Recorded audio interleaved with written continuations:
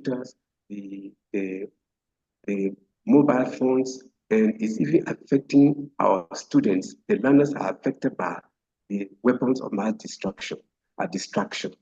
And also, like a prof has just put it in a meeting, people go with the laptop, and instead of concentrating on what is happening in a meeting, the agenda of the meeting, some people can just be browsing and looking at other things.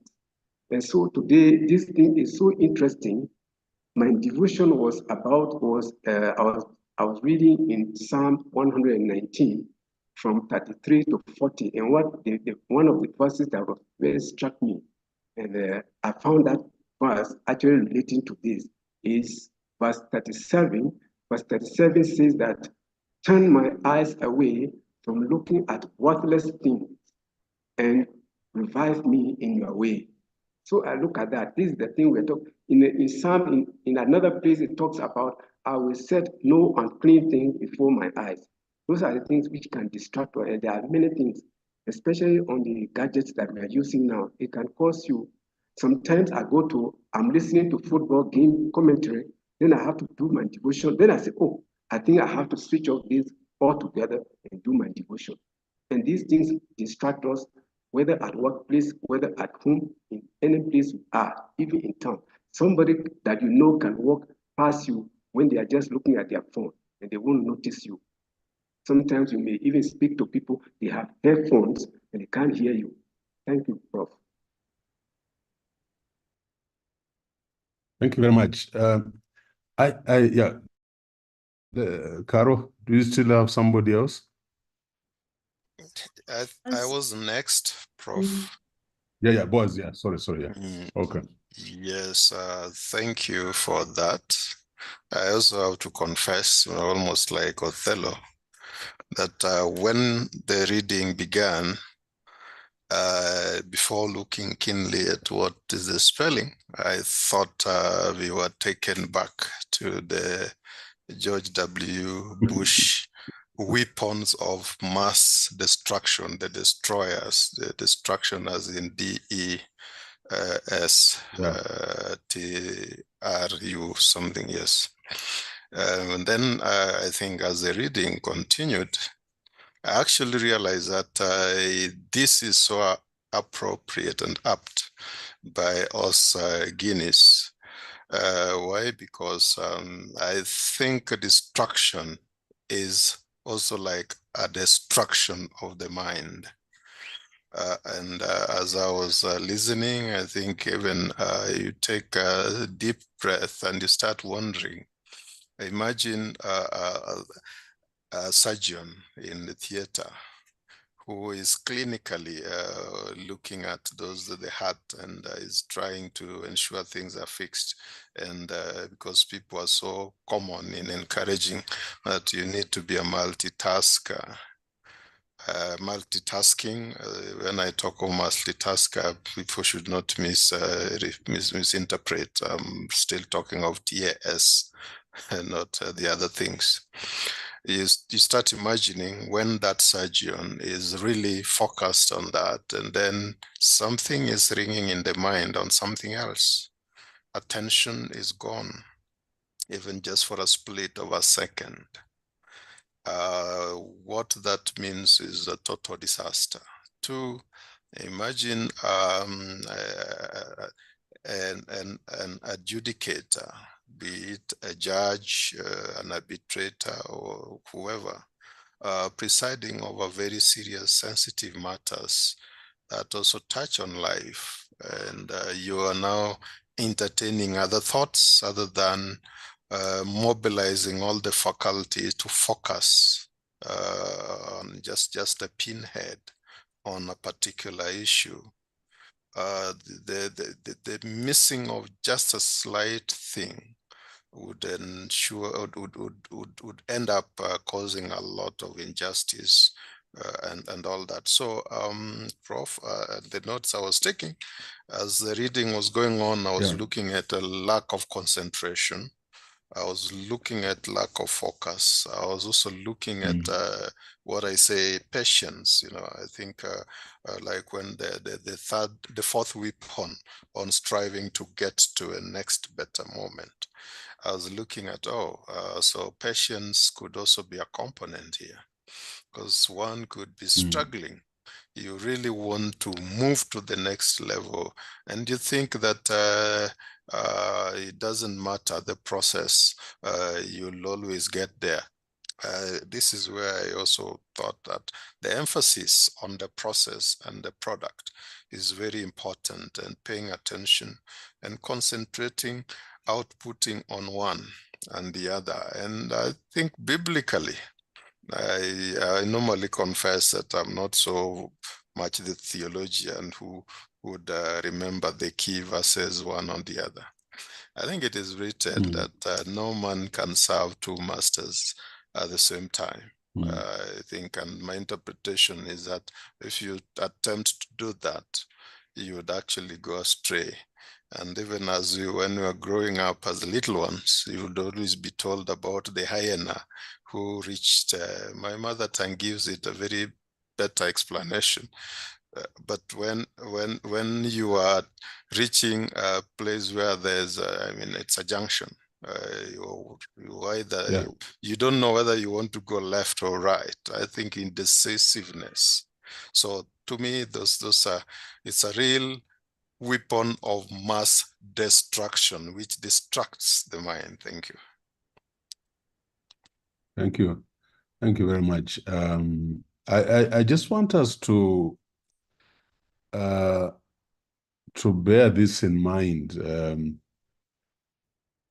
And let me, and I'm not aping the West. When you go to the US and you are in meetings, like I'm going to meet the president of Wheaton, and we are in a meeting, you will not see a single cell phone on the table. And this is replicated everywhere you go. People consider it very, very impolite if your phone is within proximity and you're making reference to it.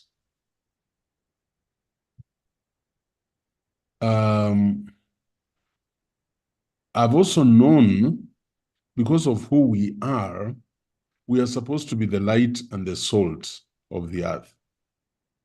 So even in that staff meeting,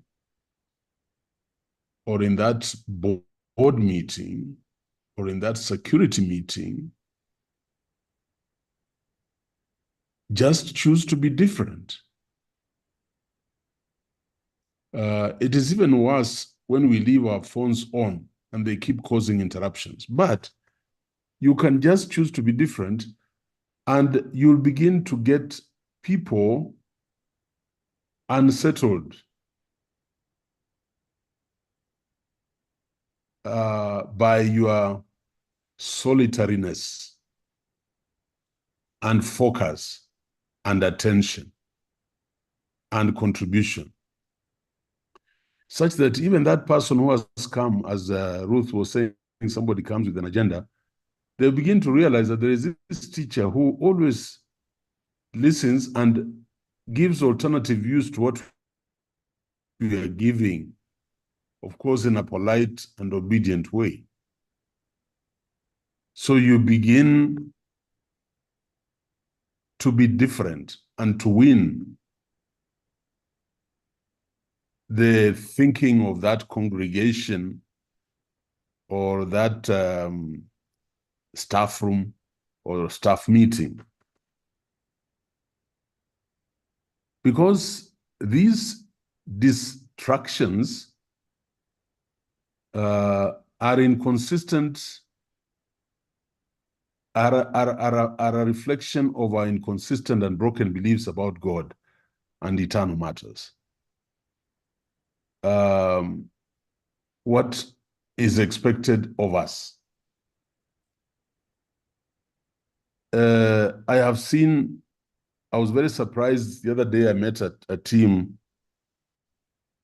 who had come to visit my university, and they noticed that among my faculty, people are very busy on their phones and so on, and the excuse could be that your office is busy. But those are distractions. And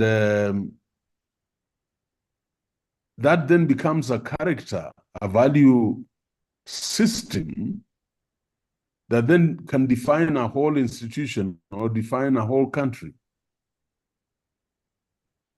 And then what does God do in 1 Peter chapter 5, verse 5 to 6? God will resist you. So you become resisted. God resists you because we are told God resists the proud, but gives grace to the humble. So in the midst of all these distractions, can we stand true to what God expects out of us? The other thing is, when you go somewhere and you're again distracted, God has sent you to that place to leave a certain message. And because you are distracted, you miss out on the finer urgings of the conversation. And so you end up saying, I'm very happy I've come and we are with you. And I want to thank you for your hospitality. You see, God had sent you there to plant a seed. There is a girl or a boy in that room who will learn, my God. So this is what it means to go through university and be a graduate and hold a certain position. So what happens is that you then just become ordinary in life.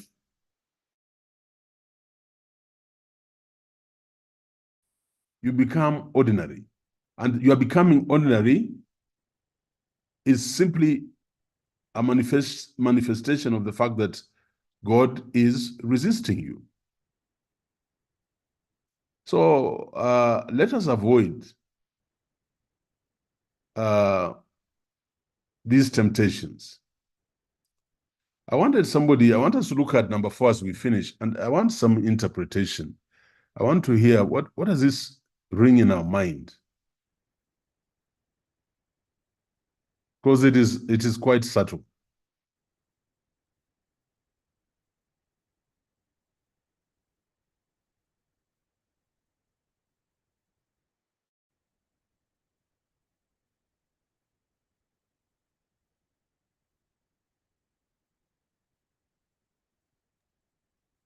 All right, your contributions from the group.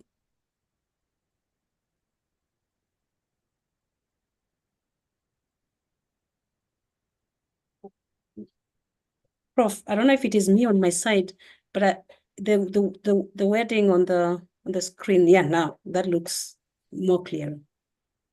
All right. I think it's the network and the internet, but all right. Try to sort it shortly. Yeah, because okay. Anybody who thinks they have an idea?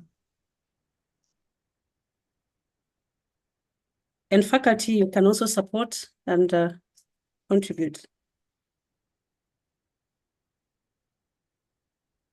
Lillian, you wanted to say something? Kimani.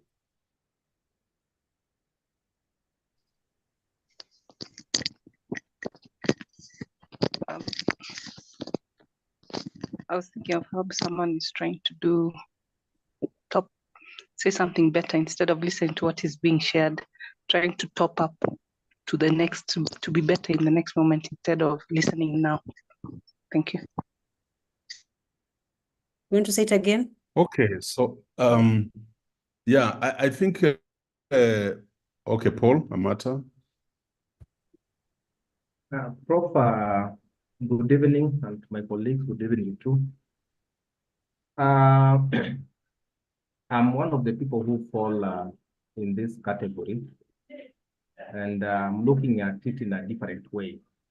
I'm one of those people who don't like sitting alone somewhere, and I don't like being in-house, and I also don't like being where there are no activities, where there are no people.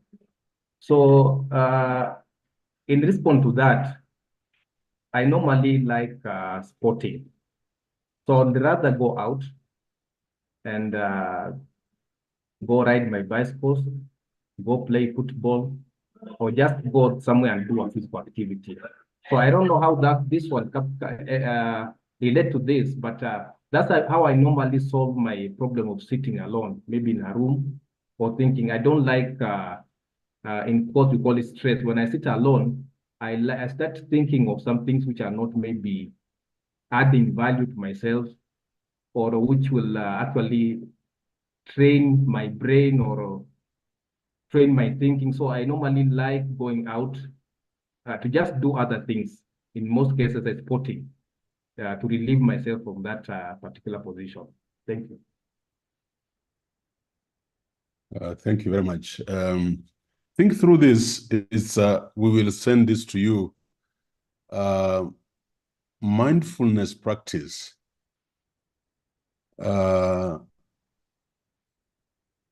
You learn to live in the present moment.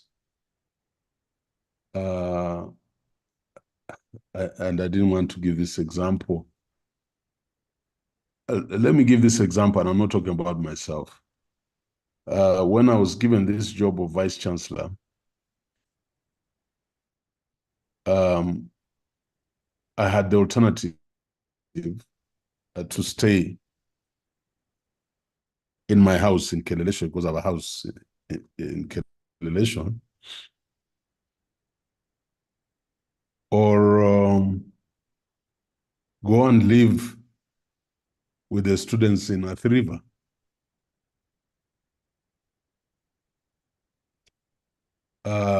And that had been the trend.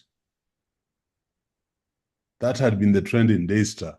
The VC would go to Athi River occasionally, twice a month, 3 times a month, because life was in Valley Road, in the Nairobi campus.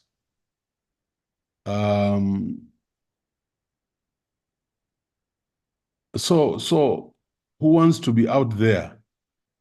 But my intuition told me, and I told the council, I want you to lease a house for the vice chancellor in Athi River, because I want to stay in Athi River, where you have the undergraduates and diploma students. Maybe it's because of my high school principal mentality. That is mindfulness practice. It is like you want to sacrifice, but it helps you to live in the present moment.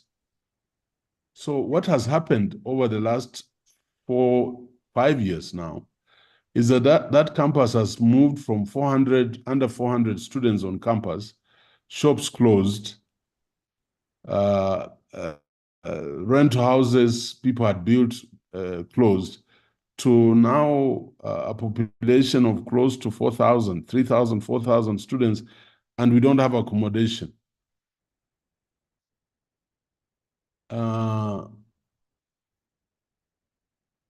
I'm not saying it's because I'm in Athi River, no, but I'm just telling you that there are certain things, certain spiritual practices that then help God to come into. And that's why, I think myself that's why, people feel a little secure. People feel this is a campus, parents and everybody else. It's a very hidden aspect. striving to get to a next better moment. It doesn't happen by you escaping the current painful or boring moment. And may all of us learn to try this mindfulness practice. But in a world that, you know, and by the way, that was before the express highway. So you have to be in traffic for 3 hours from Athi River to Nairobi and all that. Yeah, so it takes that spiritual practice. Yeah, but what does First Peter tell us? 5 to 8. Be self-controlled and alert. Yeah. And may God come into this word and may it penetrate our hearts and minds. And may we truly practice these teachings of overcoming the numerous distractions in our lives, because when we go in that direction, we are going against God's wishes and instruction. For I pray this in Jesus' name. Amen.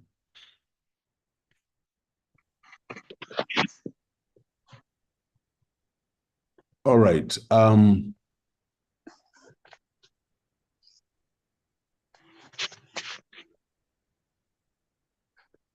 Every time, Caro, I share, I lose my screen. I don't see people.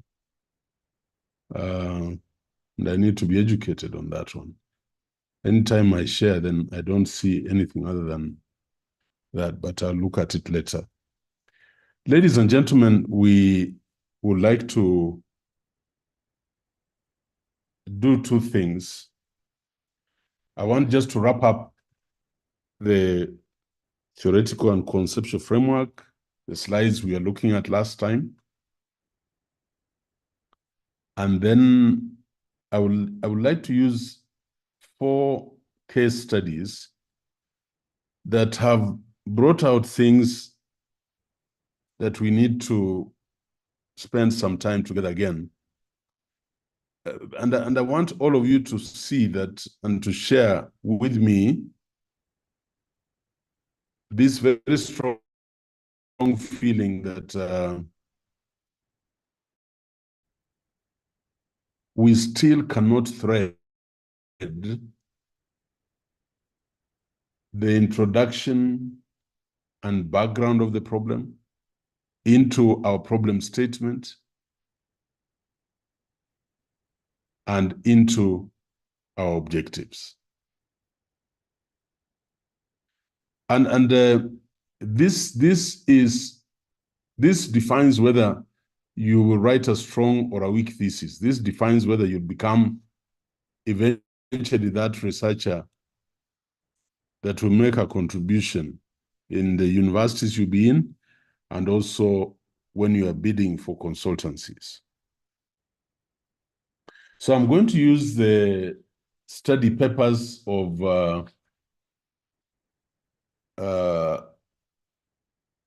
Wekesa. I'm also going to use as a teaching tool Gaki's paper.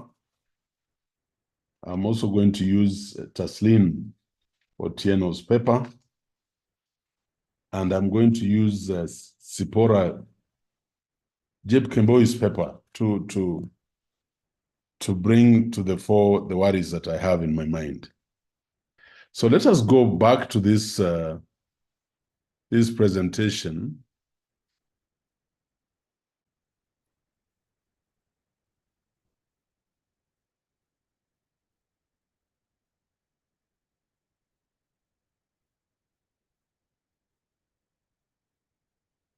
And I hope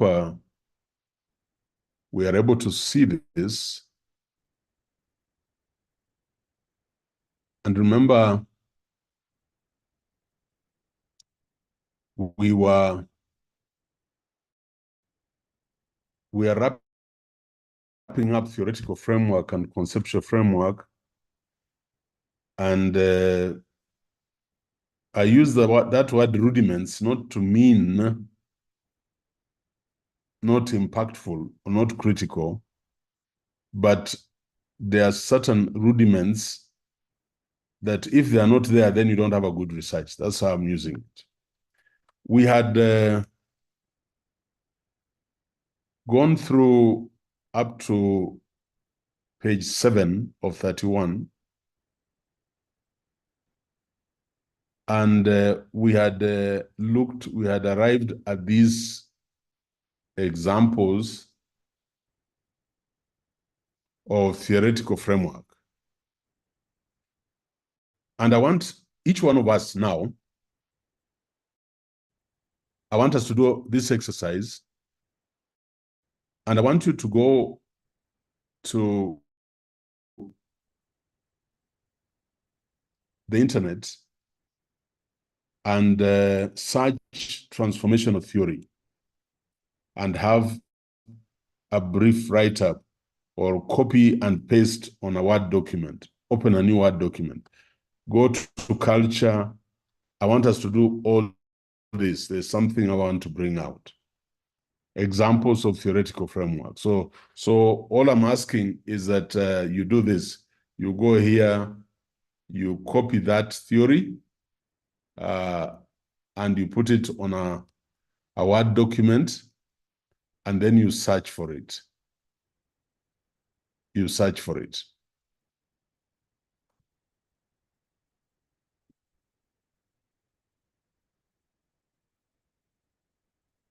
And get some ideas, and we shall randomly ask people to tell us what they found out.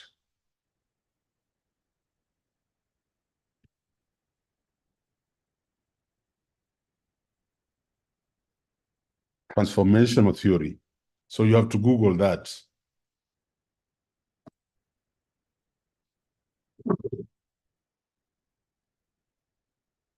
And see whether it is beginning to, any of those theories are aligning to where you're going.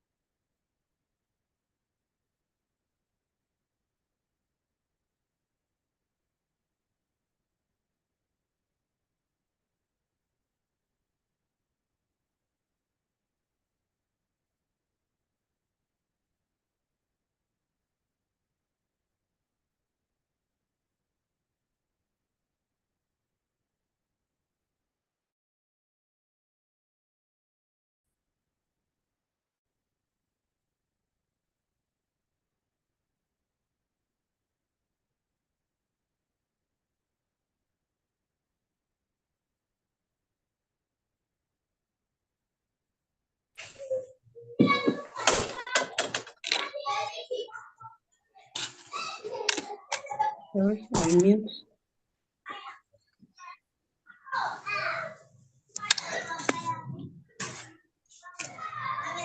Search Edna.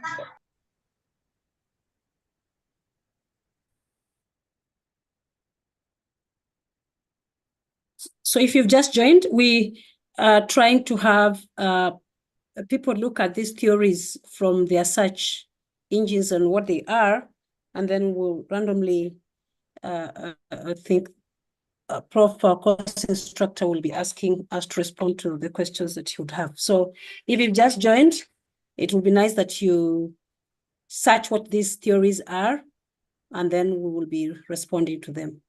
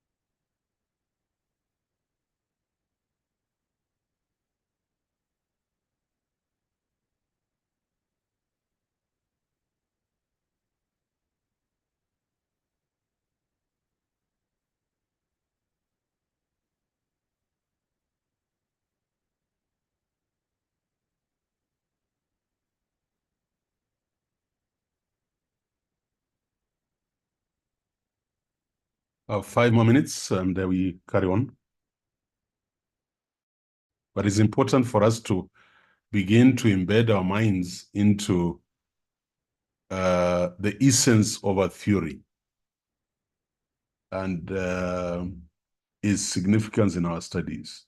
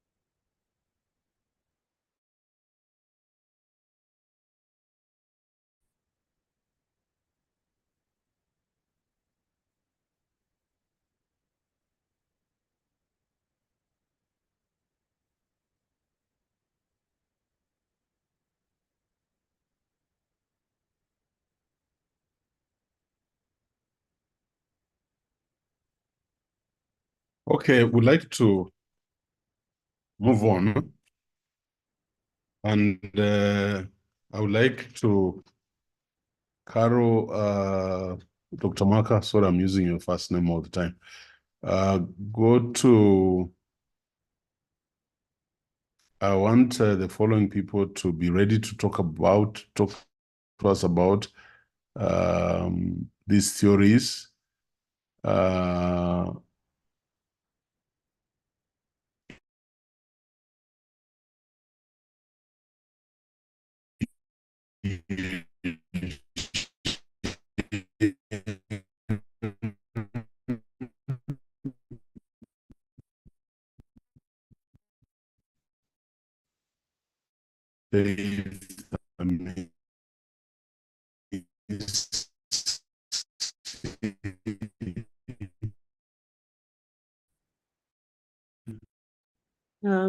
Prof, we've lost you.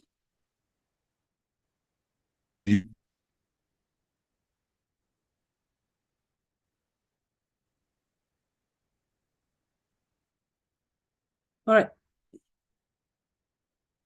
All right. Can you hear me?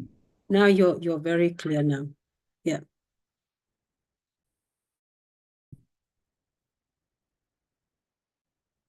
Can you hear me?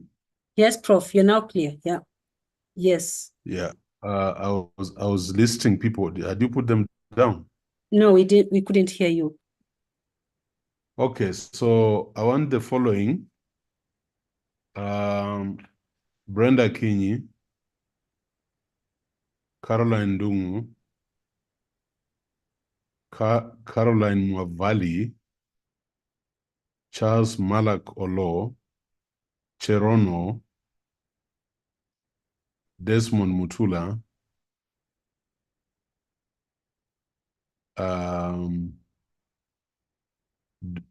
Dorothy Lavuna. We're just picking randomly. Eugene, Faith Amisi, and Boaz Waruku, and Frank Ochana. I think that's more than enough. So I would like us to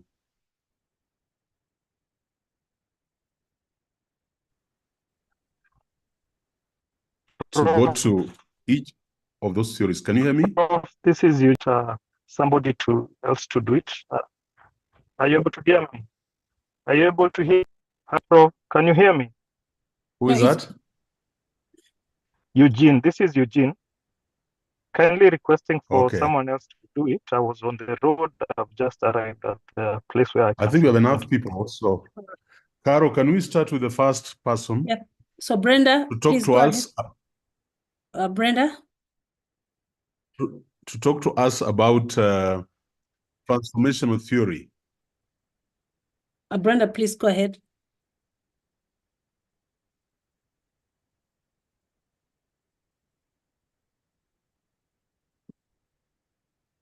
Brenda Kinyi?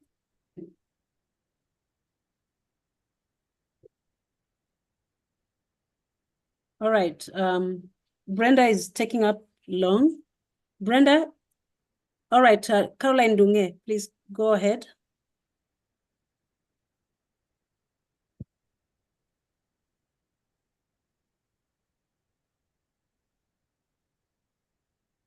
Caroline, yes, go ahead, Caroline. Your mic is on. Yeah. Transformational leadership theory can be incorporated into a conceptual framework in several ways, depending on the specific research contexts and objectives. Some of the ways in which this theory can be integrated include: number one, the central concept. Transformational leadership can serve as a central concept or theoretical foundation of the framework. The framework may focus on understanding how transformational leadership behaviors influence various outcomes, such as employee engagement, organizational performance, or innovation. The framework will delineate the key dimensions of transformational leadership, e.g., inspirational. Hi, Prof. Brenda. I'm in an extremely noisy place, but I'm almost. The second, sorry, Brenda. Set me down. Okay, we move on with transformational theory. The other way that it can be incorporated in the conceptual framework is mediating mechanisms. Transformational leadership can be positioned as a mediating variable that explains the relationship between independent and dependent variables in the conceptual framework. For example, the framework may propose that transformational leadership enhances employee job satisfaction and performance by fostering a supportive work environment, promoting intrinsic motivation, and empowering followers to achieve their full potential. The third way in which it can be incorporated in the conceptual framework is moderating effects. Transformational leadership can also be conceptualized as a moderator that influences the strength or direction of relationships between other variables in the framework.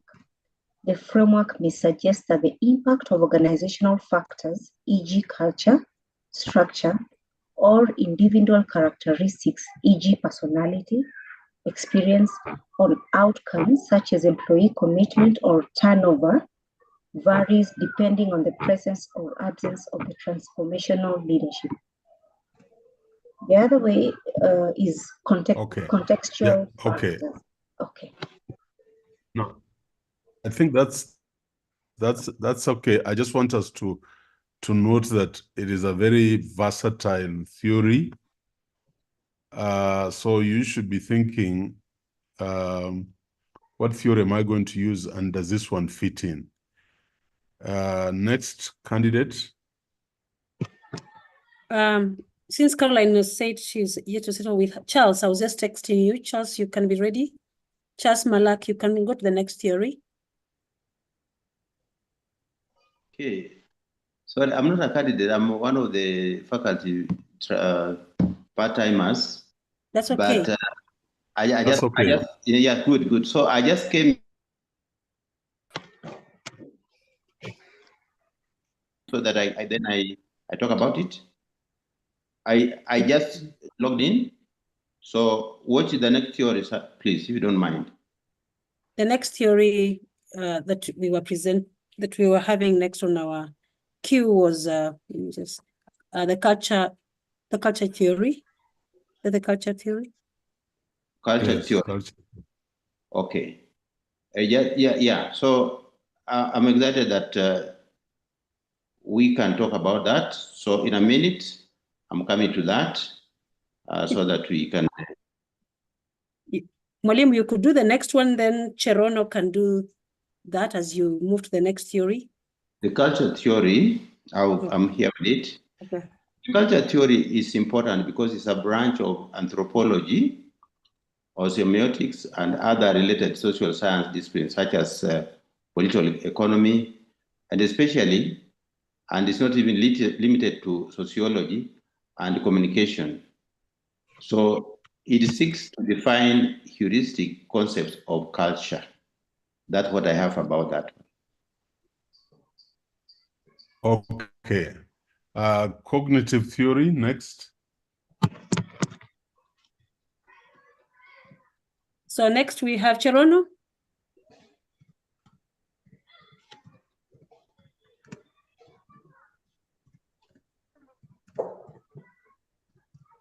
Cherono, are you on? Yes, I see your video is on. Cherono, you can go ahead. I'm unmuting now. Okay, good. On the cognitive theory, because I didn't know which one I would talk about, but on the cognitive theory, it asserts that the way that we think about a situation is rather, it is the cognitive theory asserts that it is the way we think about a situation rather than the situation itself that leads us to feel a particular emotion or behave in a particular way. So this also can be able to help us to get the various variables in a study of how that we think and what is the impact of the way we think.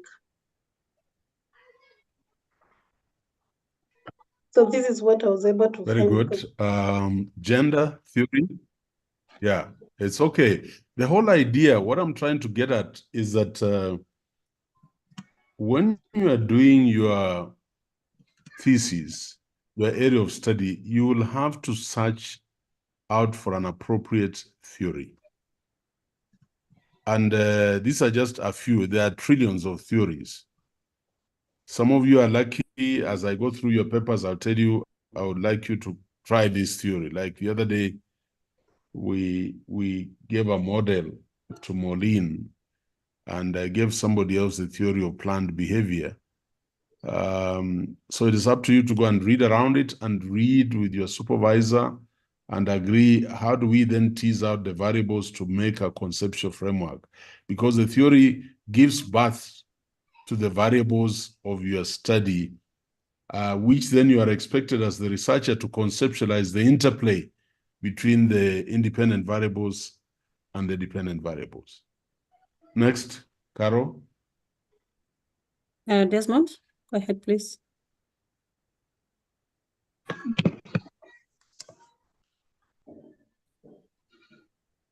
Dr. Desmond, gender theory. Yes, yes. Is that correct? Okay, the gender theory is the study of what is understood as masculine and or feminine and or queer behavior, given context, community, society, or field of study, including but not limited to literature, history, sociology, education, applied linguistics, religion, health, sciences, philosophy, and cultural studies. The term sex refers to categories of the biologically observable human body, female and male or intersex, while the term gender refers to the categories of social expectations, roles, i.e. what is nurtured. Some argue, however, that even biological sex is socially constructed and that masculine and feminine behaviors may be rooted in physiology as well. The word gender can also be used as a morphological form in some languages. That's what I managed to capture. Yeah. So gender, I can see a lot of topics rotating around gender. One of the papers we're going to deal with extensively today is Taslin Otieno's, and she's talking about comprehensive sexual education, a path to mitigating sexual and reproductive health crisis among adolescents in Homa Bay County. This sits in the gender domain, and you can see we can be able to use it as a justifiable theory, because the victim from the results of this study, I know, will be the female child, very profoundly, and it's also a gender issue because the boy child who is involved doesn't become a victim. So you'll have to search out your theory based on reason. That's why we are bringing them up. Let's move on to this other one, the behavioral theory. Who is listed? And very quickly, because I have so much work I want to go through. Yeah. Eugene, you can go ahead. I was ready with the behavioral theory, but Eugene can go ahead. Dr. Ayiro requested for someone to take it up because Okay, I've just arrived at a place where I can sit. Thank you. All right, then go ahead. Okay. Behavioral theory or behaviorism in education or behavioral learning theory is a branch of psychology that focuses on how people learn through the interactions with the environment. I believe in this theory this is where it is the aspect of nature versus nurture is usually discussed, particularly in education and psychology. Thank you. Very good. Next candidate, developmental theory.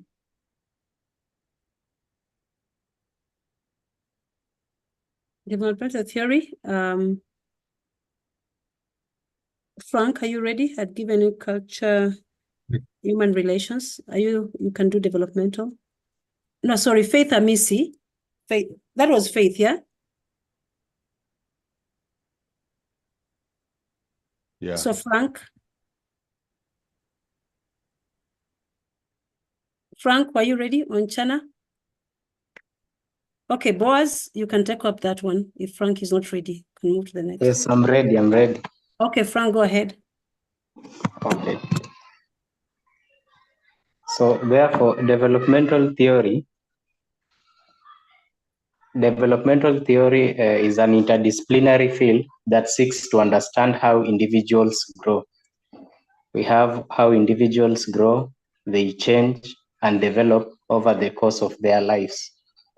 Therefore, it encompasses various perspectives and approaches.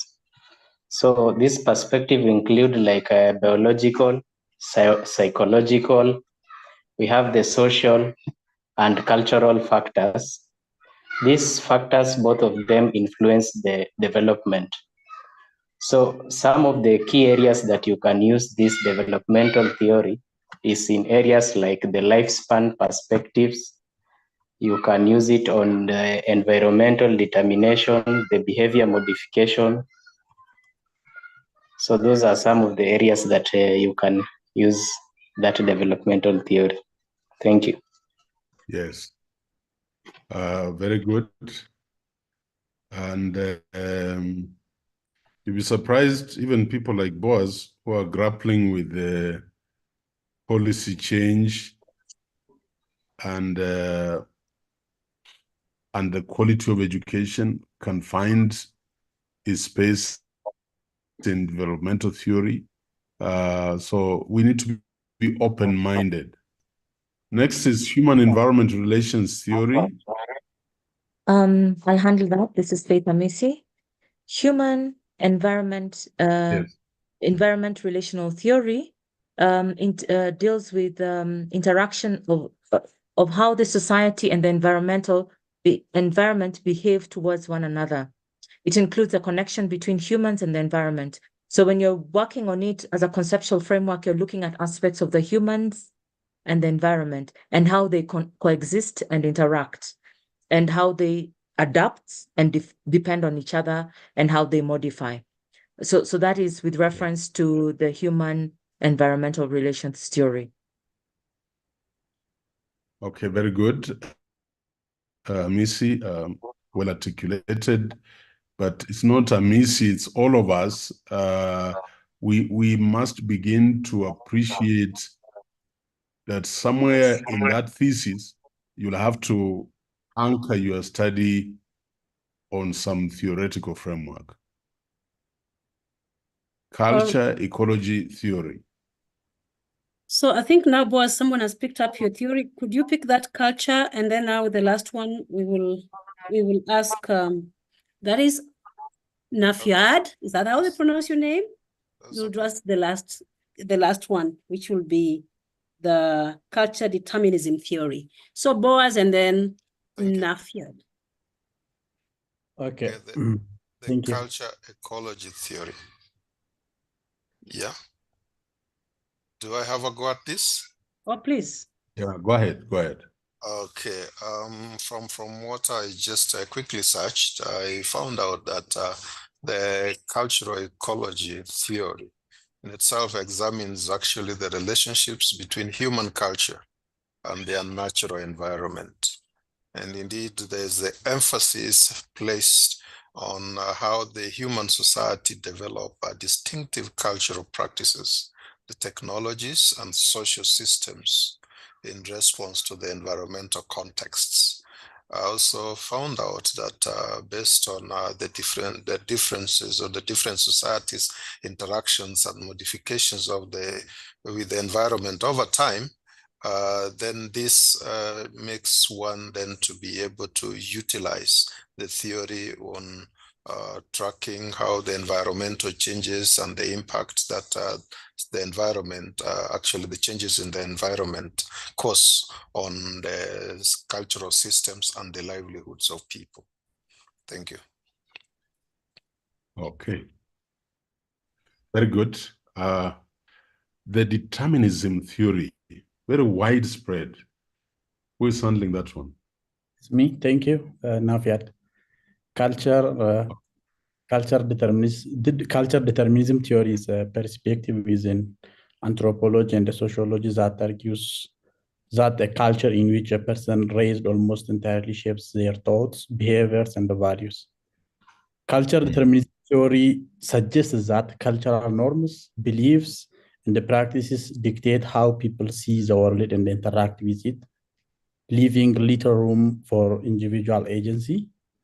And here the emphasis, culture is the primary force shaping human behavior and thoughts.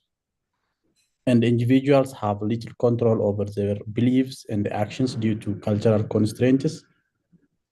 This theory has been criticized for being overly simplistic that doesn't fully account for individual differences.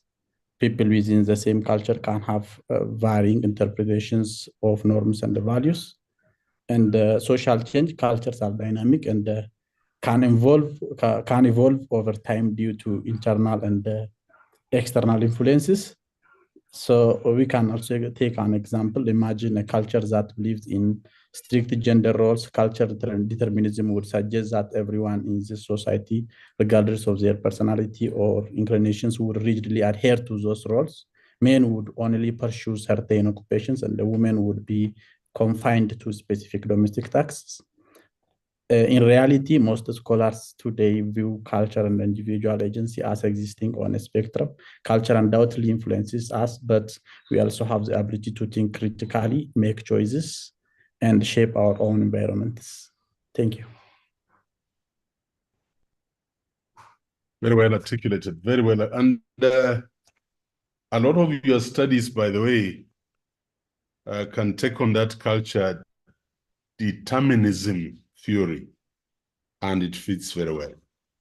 So let me just run through this. I will now not spend time on this framework, theoretical framework, but I just want to run through the slides. We have already circulated this to you, so you should be able to use them. How to construct a theoretical framework. Again, there's no one perfect approach to this. Though certain theories are very popular, as we have just seen, but the theory must reflect the understanding of what your research is all about. I cannot overemphasize that. And must direct the study. So don't pick a theory, and then when I look at your objectives and your variables, they don't find peace in that theory. They don't sit in that theory. And that's why you have a supervisor. That's why you're going to do a lot of reading around your area of study. Now, the selection of theoretical framework requires a thorough understanding of the problem. We keep going back, a thorough understanding of the problem. As I said, you can't just escape that. That's why even today, I am tempted to still look at aspects of the problem using some of the work that you have submitted. You must understand the problem, the purpose, the significance, and the research questions of the study. The chosen theoretical framework must accentuate the purpose and importance of the study dissertation. So again, purpose, importance, significance must be reinforced by the theory that you are choosing. It must consider the guiding principles of the study and situate the problem in relation to the theoretical context. So, again, I'm coming to this. I want to use, I think, what am I using? I'm using Wekesa's and Taslin's work to illustrate how the study must situate the problem in relation to the theoretical context. The research questions of the study must entail noticeable aspects of the theoretical framework. So we must be able to see that your variables coming out of that theoretical framework and must agree with the assertions promulgated by the theories of the selected theory. So what am I saying? You are a creation of these people who came earlier. So your work will be a creation. So your work must be seen to be deriving its strength from the theory that you will pick. And that's why it is important for you to give us a page in chapter 1 telling us why this theory is appropriate to your study.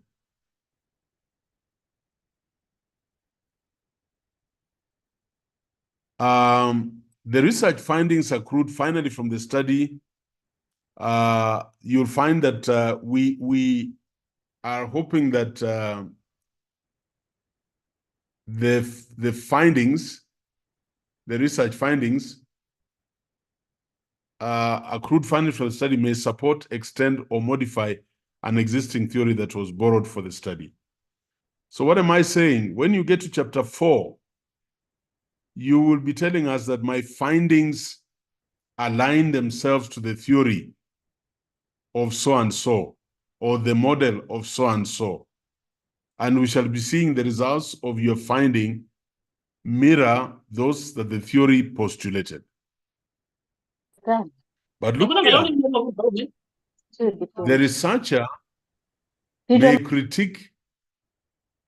may critique, develop, or expand the theory that served as a guide for his or her study vis-a-vis the findings gleaned from the study.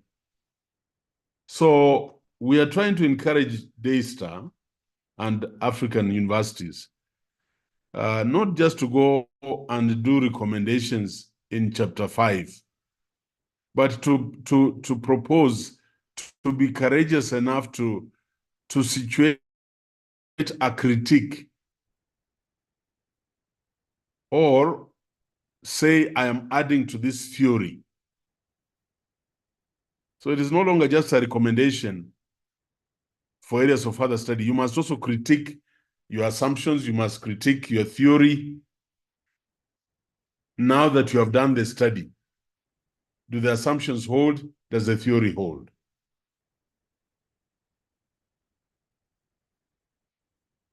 And Chenai and Moonhall even suggest that this should be done at the data analysis stage. As you analyze the data, does it look like what the theory would have wanted that data to be like?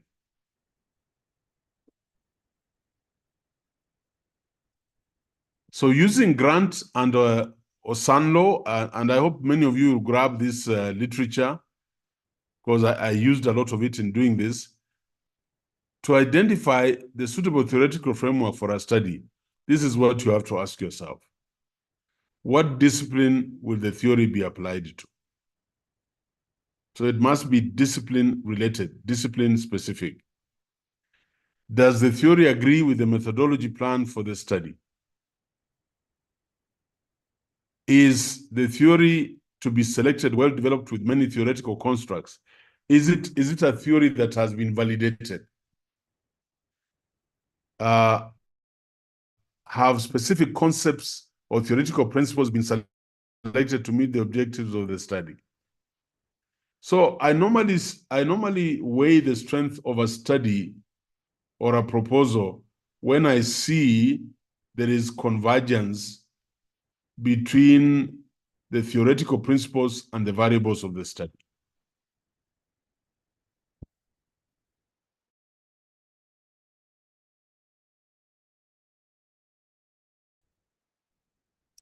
Does the problem of the study, the purpose and importance of the theoretical framework, can the theory be used hand in hand with the research questions of the study?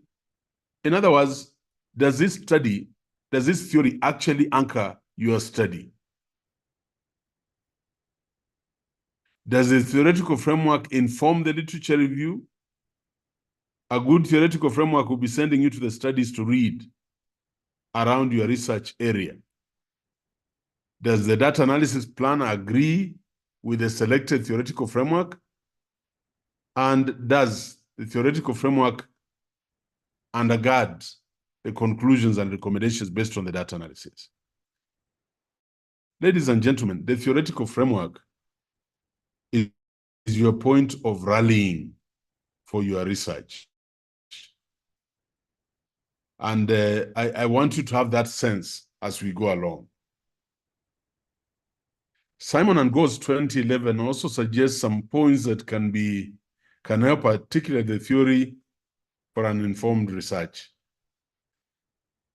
The main concern for inquiry in the research, the key variables in the research, read and view current related literature on the topic using key words, and these words are coming from the theoretical framework, list the constructs and variables that might be relevant for the study, consider how the variables are related to the theory.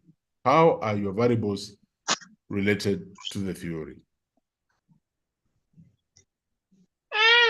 Again, revise the search and add the word theory.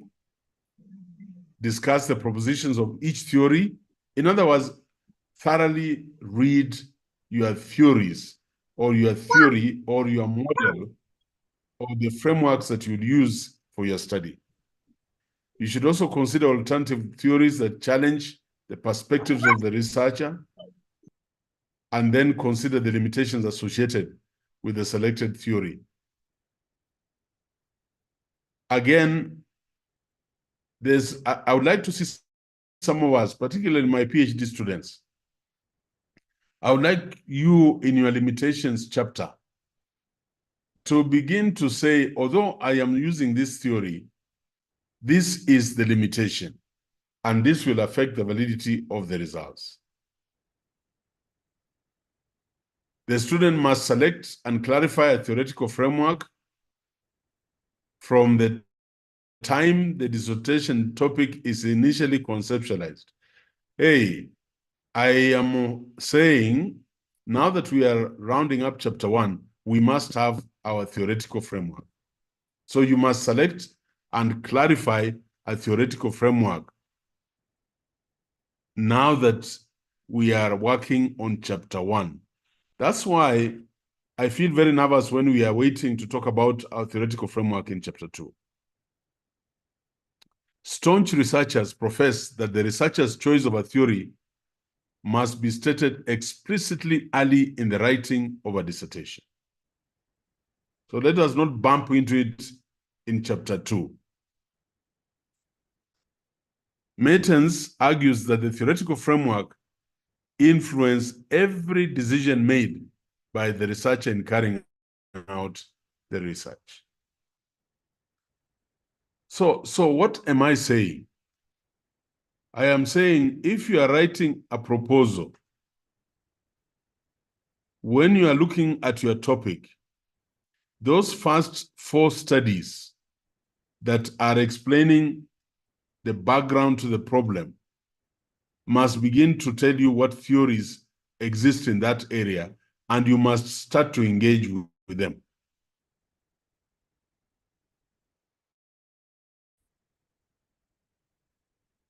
What is a conceptual framework?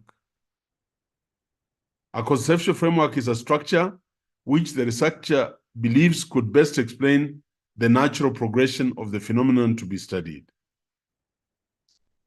So a conceptual framework is the interplay between your variables, the independent variables and the dependent variable. It offers a logical structure of connected concepts that help provide a picture or a visual display of how ideas in a study relate to one another. That's quite straightforward. And it assists the researcher to specify and define the concepts within the problem of the study. And we saw that yesterday, the example of a conceptual framework. The conceptual framework represents an integrated way of looking at a problem under study. That's what it is. So, for example, if I want to do a conceptual framework on quality of education provision in Kenya, what are the variables that influence the quality of education?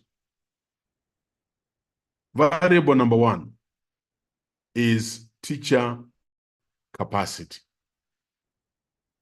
Variable number 2 is infrastructure and instructional materials. Variable number 3 is the leadership in that institution. Variable number 4 is budgetary considerations. So when you want to present a conceptual framework, those variables I've stated are our independent variables, and the outcome is quality education. So you will show the interplay, and in between we shall have intervening variables like policy documents and so on. So it is seen as an outline of courses of action or preferred approach to a thought to be carried out in a research study. So our thought here is we have a problem with quality of education, or we have a problem with inclusive education for people who are disabled. So we want to look at what are the treatments, what are the stimulus, what are the actions we have to take. Miles and Huberman, 1994, page 19, opine that conceptual frameworks can be graphical or in a narrative form showing the key variables or constructs to be studied and the presumed relationship between them. So I'm looking forward to very incisive and well thought out conceptual frameworks. I want you to bear with me. I am convinced beyond any reasonable doubt that the conceptual framework should be closing your chapter 1. Because it is from the conceptual framework that I'm going to construct the literature review in chapter 2. The importance, sorry.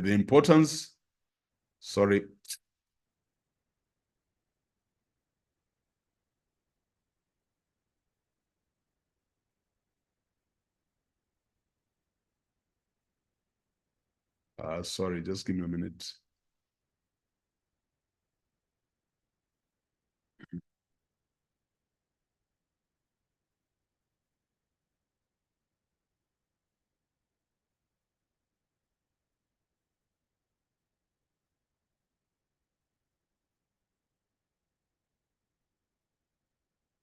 So, the importance of the conceptual framework, it aids the researcher to identify and construct his or her worldview and approach to the topic of study. So the conceptual framework is a figment of your imagination of how the variables relate to each other in your study. And how did you come to be able to do the conceptual framework? Is because you have done the literature review and you have dealt thoroughly with the theory, and from it, you have had variables come out that you now conceptualize into a conceptual framework. So it brings together related concepts to explain or predict a given event and give a detailed understanding of the research problem and its asserted solution. A conceptual framework, it accentuates the reasons why a research topic is worth studying, the assumptions of a researcher, the scholars agree with and disagree with, and how he or she conceptually grounds his or her approach. So your conceptual framework will allow you to argue for your position. Very important. Mostly diagrams are created to clearly define the constructs or variables of the research topic, and their relationships are shown by the use of arrows. And we saw that yesterday. Researchers are at liberty to adapt existing frameworks, but have to modify it to suit the nature of the context of their research, as well as the nature of their research questions. Fisher adds that a good conceptual framework must also be expressed in writing for it to be understood clearly. What am I saying? Like Fisher, I'm saying In your chapter 1, after you have finished operational definitions, you are going to write conceptual framework, and you're going to give me a description, a narrative of about 1 page, telling me the variables of the study and how they interplay with each other. Then after that, you give me the diagram. So I don't want a diagram without some narration of the interplay of those variables. So what are the differences between a theoretical framework and a conceptual framework? A theoretical framework is culled from an existing theory or theories in the literature that has already been tested and validated by others and is considered as an acceptable theory in the scholarly literature. So this is the truth. So how do we get the concept, the theoretical framework? We get it from validated theories and literature studies that have been done. The conceptual framework is the researcher's understanding of how the research problem will be explored, the specific direction the research will have to take, and the relationship between the different variables in the study.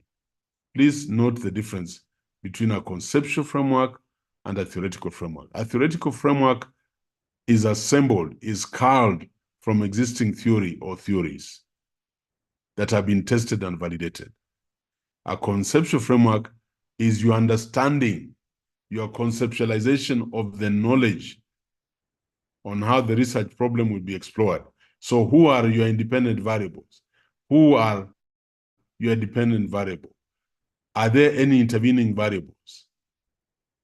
And then you are able to project a relationship, and that projection then constitutes your conceptual framework.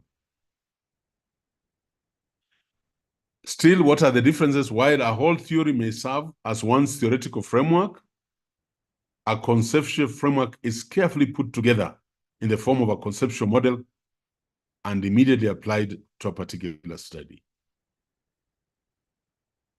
And a theoretical framework is derived from a theory, while a conceptual framework is derived from the concepts that constitute the variables of your study. Where to place the conceptual framework in a thesis? Since the theoretical perspectives of the main variables or constructs of study are rigorously reviewed in Chapter 2 of a thesis, the conceptual framework are mostly placed in Chapter 2 for details. For details. But you must have mentioned them in Chapter 1. I want this very clear. Must have mentioned them in Chapter 1, and then you go ahead and give us the rigorously reviewed aspects of your conceptual framework in Chapter 2. These are theories, and already I had asked you to do them, so I'm not to talk about them. But look at the culture theory. All aspects of life, such as environment issues and the value systems of a culture, come in. We will not go to that because you had an opportunity to search out the theories there. Then the culture determinism theory, environment, as the gentleman told us, the cultural factors interacting with the environment. And this is a detailed interaction. Biodiversity landscape is an example of that. There's a strong link between the biodiversity, not just in the protected areas, but also the landscape continuum with the cultural practices of our people. By the way, that's why this climate change is strange. What has happened? Culture has been locked up. Culture has been destroyed. But our culture always cared for the environment. Traditional conservation ethos is reflected in cultural practices, such as sacred groves. There are certain trees we don't cut, taboos, ceremonies, religious beliefs, traditing the decimating biodiversity, the climate change that we are looking at.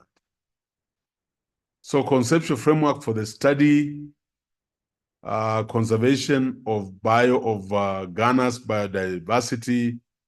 There is developed traditional biodiversity conservation, scientific biodiversity conservation strategy, philosophy and the writings of conservation values, and then proverbs, festivals, taboos among the Ghanaian people, for example, or Kenyan people. Then there is the Asante, or you could say the Kipsigis cultural and artistic practices, and usage and conservation of Kenya's or Ghana's biodiversity. This is just an illustration. And this is just trying to open your mind about conceptual and theoretical frameworks for our study. Thank you very much. So this document you have, you'll go through it to reinforce your thinking on theoretical and conceptual frameworks. And I hope to see very good work done around theoretical frameworks and conceptual framework. We have agreed that your chapter 1 will spend 2 pages on theoretical framework, and we'll spend another 2 pages on conceptual framework. Then when we go to the literature review, we'll give it the space it requires.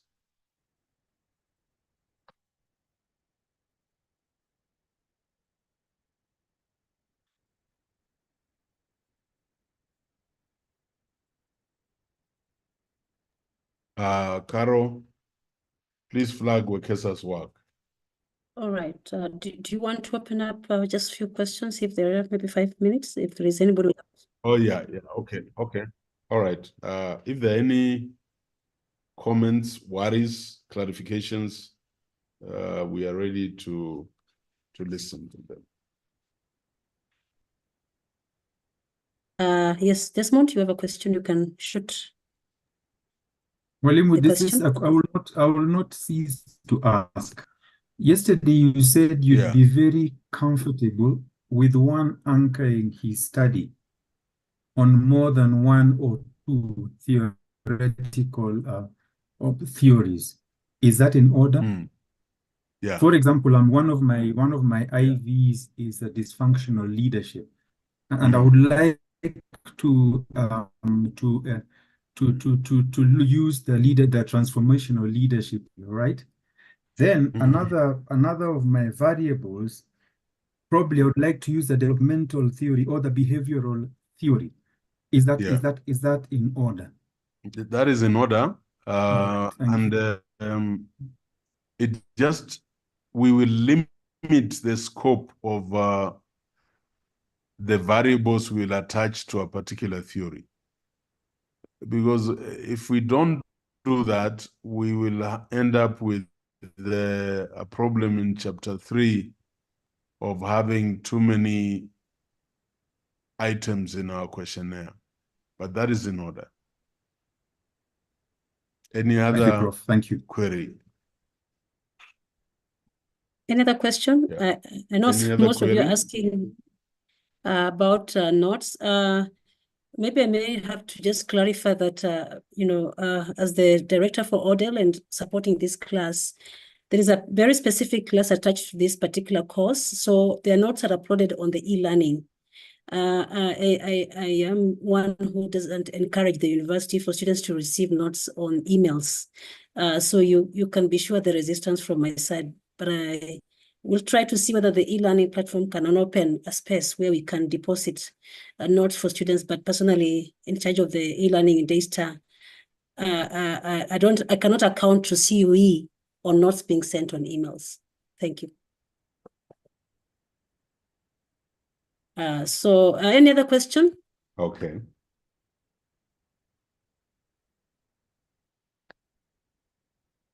So, Now, I'll open up. ladies and gentlemen, Ascaro, It's okay, Prof. You can go ahead. yeah.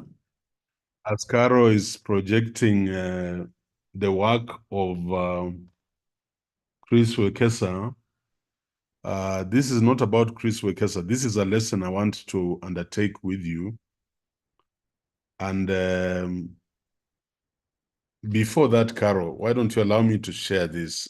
I want to share this. Go ahead, Prof. Allow me to share this before you share Wekesa's work. That's okay.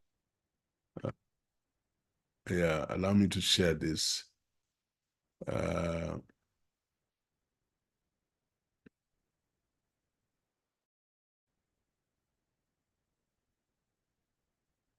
am still not satisfied with what I'm seeing in chapter 1. Introduction and background of the problem. And I remember we have circulated this, but I want to repeat. What do I want to see in that section, the first 1.1 section? I want you to provide a brief history of the problem. A brief history of the problem. And allow me to use the work of Tasleen. And Tasleen is talking about, just generally, for you to understand, she's talking about, let me call it sex education, a path to mitigating sexual and reproductive health crises among adolescents in Homa Bay County.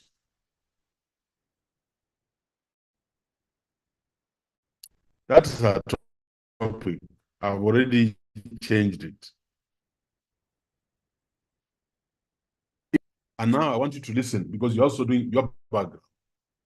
What would I say in this matter? The first thing I want to, that when I say provide a brief history of the problem, I would say something like this. Given the high burden of adverse sexual and reproductive health outcomes and low level of school attendance among adolescent girls in Kenya, I would not be talking about Homa Bay. I would delimit to Homa Bay. This study seeks to elucidate, if you don't like such words, seeks to make clear the association between school attendance and SRH, sexual reproductive health outcomes among adolescent girls in Homa Bay County. You must give me a brief history of the problem. And that's why I told you this section is titled Introduction and Background of the Problem. I then expect you to provide a summary of results from the prior empirical research on the topic.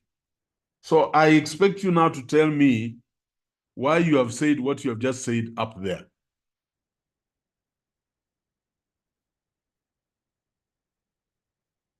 I expect you now to justify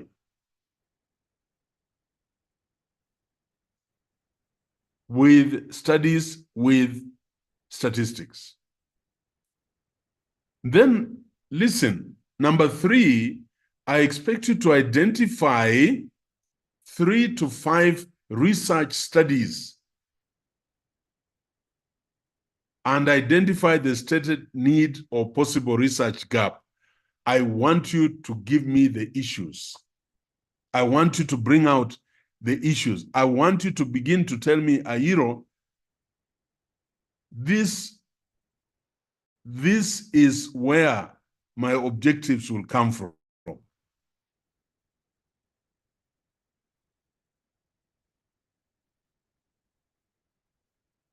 This is the template I gave you. So I would like to see those studies, Taslin and even Wekesa, that are beginning to tell me this is where Taslin is going to craft their objectives from, or Othello, or Amata, or Desmond, or Jeb Kemboi. It doesn't matter. We want to construct chapter 1s that anchor the study. From there, everything will just fall in place. But we shall not be haphazard. We shall not be haphazard. As I was reading Taslin's paper, and by the time I finished the section on introduction and background of the problem, I have no idea what the issues are. Of course, the bigger issue is sexual reproductive health. But what about sexual reproductive health? I'm asking you, what are the issues in your study? Then number 4, identify the need for the study or define the gap that will lead to the research statement. So you must begin to tell me, and tell me in no uncertain terms, that this is why I am pained. This is why we must do something about it. So you see, Taslin, in sexual health, in sexual reproduction health, I expected you to start to tell me something about the low proportion of adolescent girls compared to the adolescent boys who had attended school at any one time during your period of study. I want you to start telling me, you know, adolescent girls have a lower completion rate of upper secondary or upper primary in comparison with adolescent boys. And give me some statistics or give me studies. Taslin, I want you to start enticing me to work with you.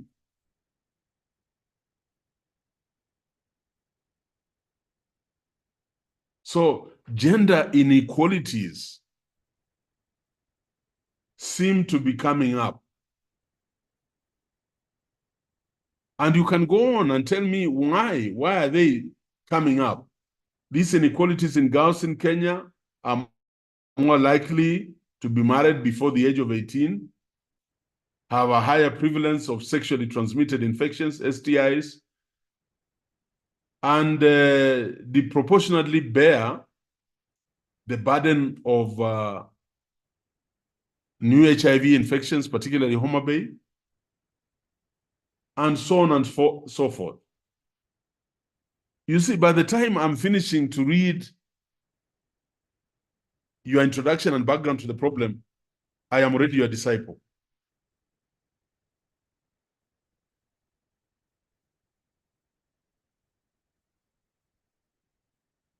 You tagged it to education. So I expect you to tell me attending school offers opportunities for social support and comprehensive sexuality education. So they know all these things about the biology of their bodies, and it helps. So what am I saying? It is this green thing. Identify the need for the study or the defined gap that will lead to the research. Then build a justification for the current study by using a logical set of arguments supported by citations. And then tell us how this problem is applicable beyond Homa Bay.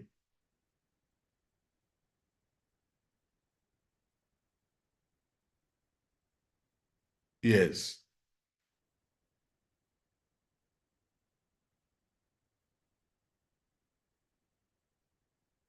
I am not seeing this yet. And I am concerned. So I've circulated this document the way it is. This, you must have it next to your desk as you're crafting part 1 of chapter 1. And please listen to me. This is introduction and background of the problem.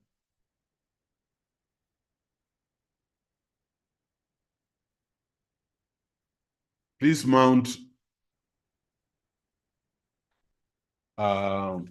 maybe mount Taslin so that I can continue the argument. Mount Taslin, Taslin so that I can continue the I know she argument. will. I'm wondering whether Taslin, you are able, because you are in hospital for an emergency, and whether you are still in an environment that you can be able to pick, or like, please. No. If she's not well, just leave her out. But I really had wanted to clear her to start thinking about this. But bring Wekesa's paper. Okay. So she's saying she may not be able to speak. I think there was an admission in emergency, so we'll go to Chris. Okay.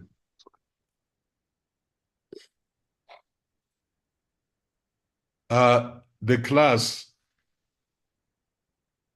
I'm using the case study approach to teaching. So when we say bring Wekesa's paper, I'm not talking about Christopher Wekesa. I'm talking about you.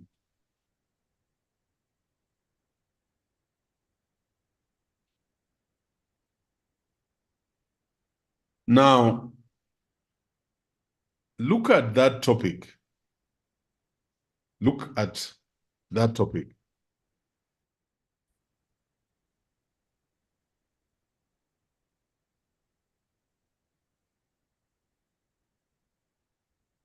Look at that topic.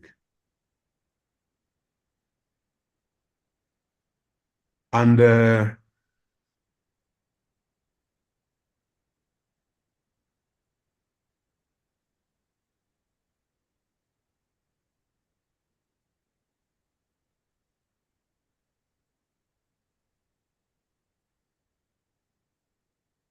Caro, is it projected? I have. Chris, are you able to see your work? Yes. Prof, Daktari, I'm able to see my work, yes. Okay, Prof, we have projected. Let me restop. Let me reshare again. So let me reshare and see whether that will help. Does that help, Prof? Able to see. Does that help? I've just reshared again. Yeah. There must be a problem with Prof's on Prof side. We can see clearly. Okay.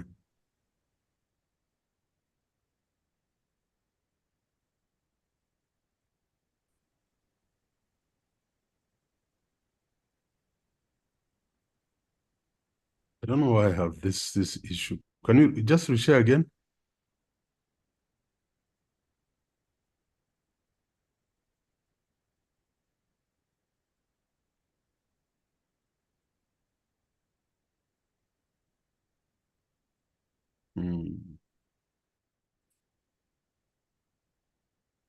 Yeah, I'm not happy with that.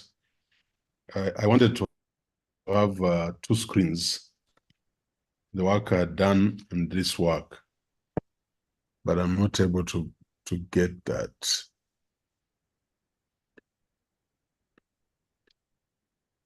Trying to get 2 screens.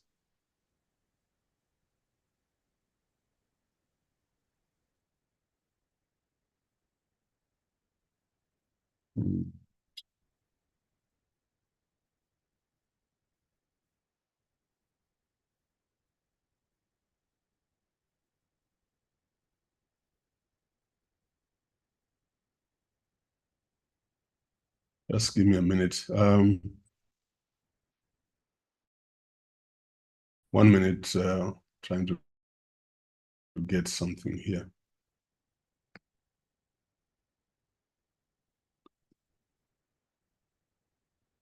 Let me use this other computer, because we need to get this right. Yeah, as you check out, I think someone had a question. What is his name? Is it Naifad? Yes, Nafiat. Nafiat, you asked a question on conceptual framework. Do you want to restate it as we see? Yes, I'm saying if my research area is very new and there are limited established theories, can I prepare only a conceptual framework? Does that mean that there's no theory around what you're doing and therefore you only prepare a conceptual framework? Yes, that's my question. Maybe there are theories, but limited established theories. Prof, maybe you'll answer that. Is it possible to draw a conceptual framework without a theory? I'll answer that. Just keep it hold. Okay. Any other question?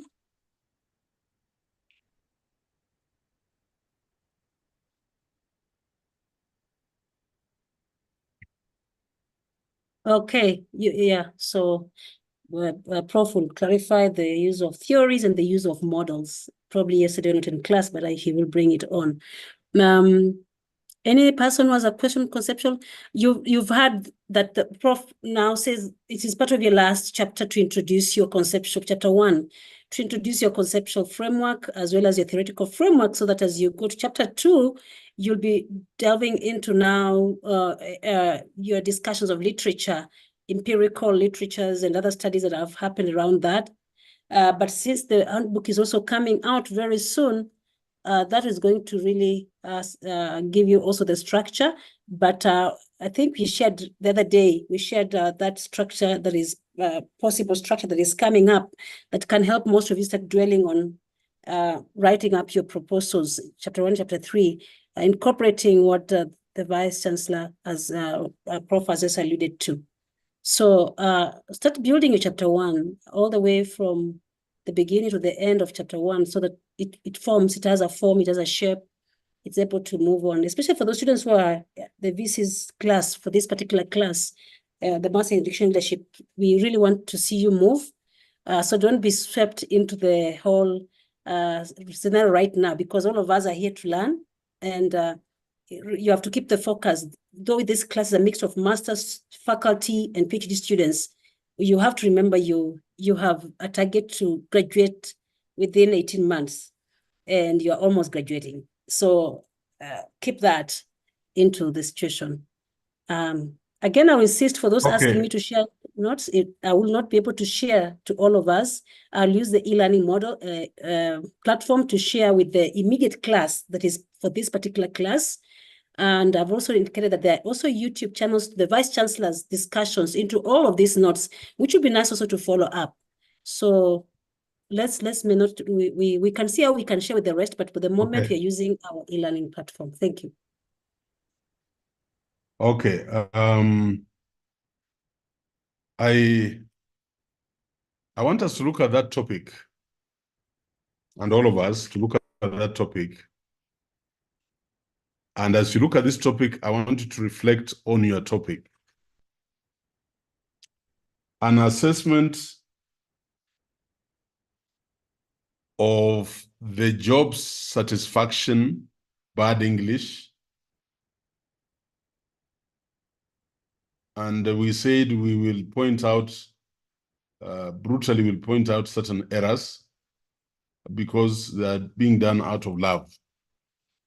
Otherwise, if we don't do that, then we shall be engaged in sentimentalism. An assessment of the job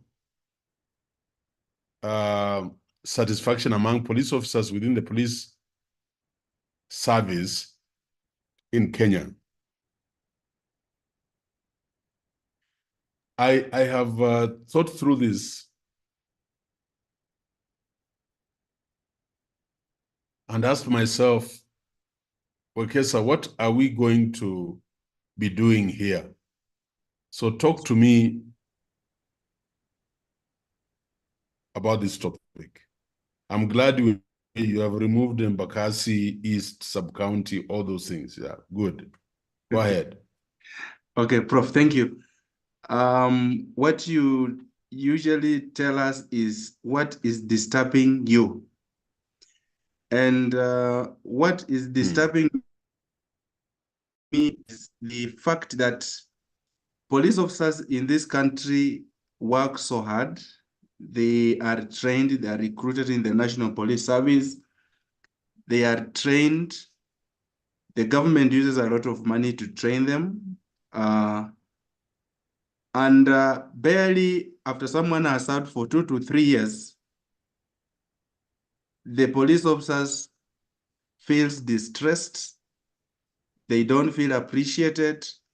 And therefore, within a span of 2 to 3 to 5 years, there is a lot of job turnover among the police officers. There are a lot of resignations from the police on the fact that they are not satisfied with the job. And therefore, this has been the problem within the National Police Service for a long time. Apparently, nothing has been done. And therefore, I am seeking to understand why. What is the problem in the country?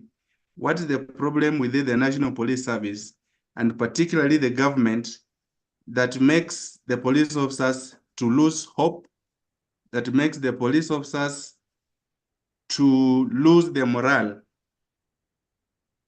of continuing work as police officers? What happens with the police officers is that when someone gets into the service, he gets trained. Once he's posted, they will go back to class and then they resign from the service. So the question is, this is a government entity. Why not work until retirement? That is what is disturbing me. And that is the basis of this topic. Yes. Now, this is my take. And I would like this to be the take of everybody. First of all, me, I know when we say we are going to assess job satisfaction among police officers, I am very sure already what Wekesa has told me, he knows that there is job dissatisfaction. So when we say we are going to assess job satisfaction, I find that a contradiction in terms.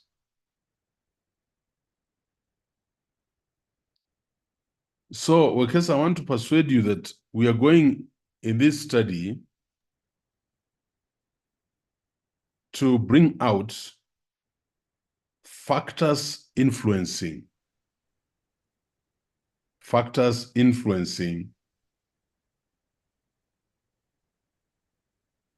employee satisfaction in the police service.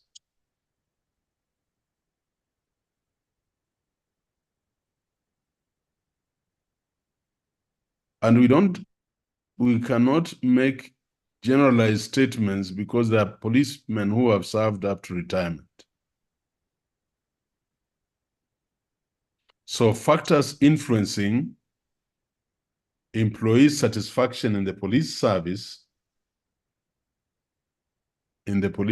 put a full column, the case of Kenya.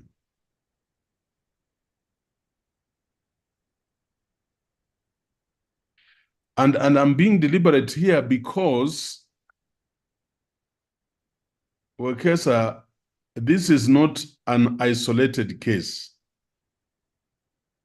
What we shall find in Embakasi is in Vihiga, is in Tana River. Maybe it is worse in Garissa and those other places. I want you to see why I'm talking about not as an assessment of the job satisfaction among police officers. And I hope I am introducing in the minds of my students an analytical mind. What is it that you want to go and do? And I'm not talking about job satisfaction. I'm talking about employee satisfaction. How many words are those? Let us see whether we meet the threshold. There are 12 as at now. 12. There are 12. There are 12 words. So we meet the threshold, don't we? We do, Prof. Now, why have a problem with assessment? And everybody listen. I have a problem with a broad term like that because then I cannot begin to tease out the sub-problems or the issues that will help me craft my objectives. So what is the general? If you go back to the template I gave you, I would have written something like this, Wekesa, and I'm taking time on this one as a case study in teaching Chapter 1 in research methods.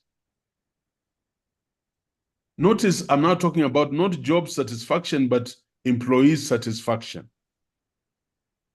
So I would say something like this. Employee satisfaction is vital for ensuring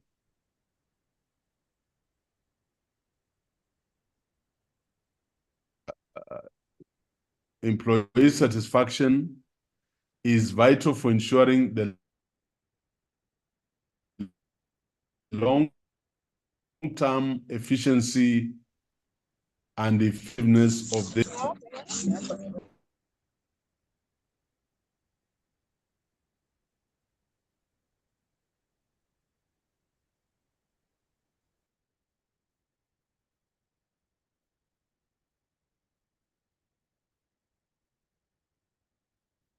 And remember, Wekesa, this is a leadership and policy course.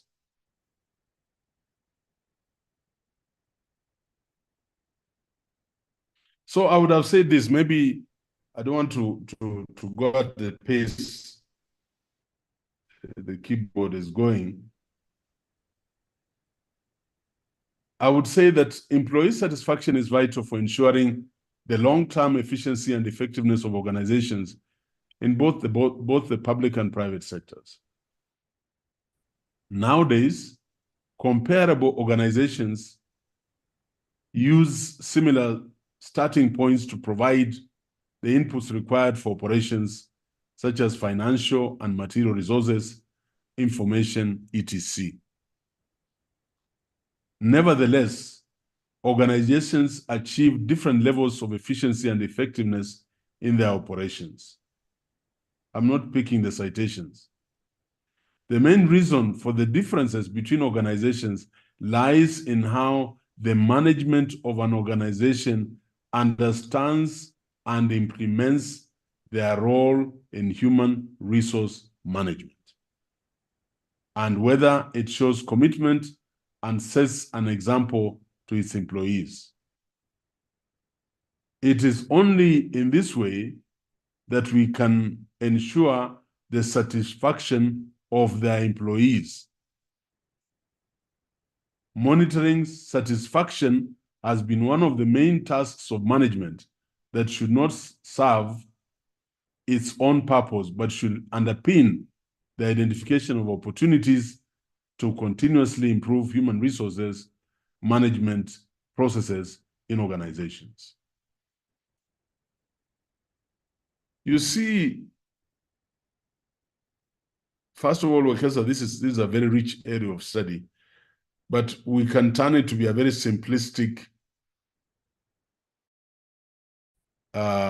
area, and we shall measure what we are not supposed to measure. What we are not going to measure here is job satisfaction. We are going to measure employee satisfaction and how management, and all of you in this course in leadership and policy studies, you must anchor your thesis in leadership, management, and policy. So before we jump into policemen having problems and not wanting and all that, we have to talk about this aspect of employee satisfaction and how it manifests. How does employee dissatisfaction manifest itself in employees leaving the organization?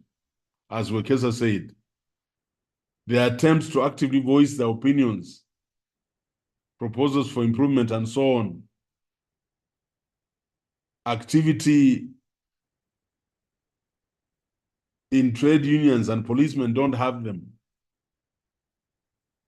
Passive loyalty and negligence of duty, absence, being late, large number of errors, and so on and so forth. So I would spend some time to talk about employees' satisfaction vis-a-vis management from a global scale. Then I would go to the police service. I would then now go, in this my chapter, I would be talking about the police service in Kenya, give a background and context of the police in Kenya. And now you can bring in some of the aspects that you're bringing there.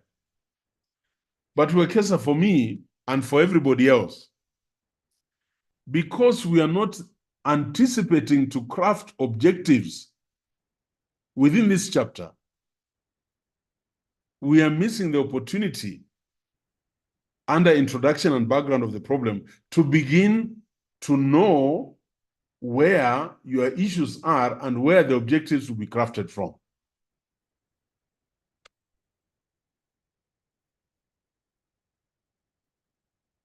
So, Wekesa, when I come to look at, so the background now, you can talk about the police and so on, but I want everybody to know, particularly those of you in this course, that this is about leadership and management.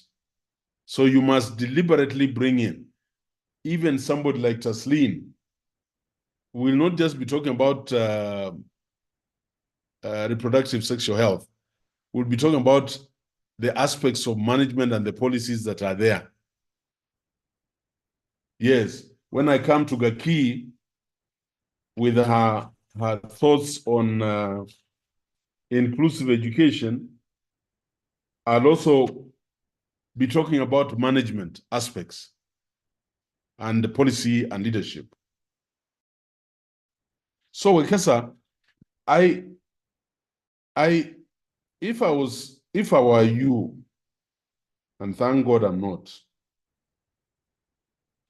when we talk about employee satisfaction, we are actually talking about work-related attitudes, work related attitudes. That's what we are talking about.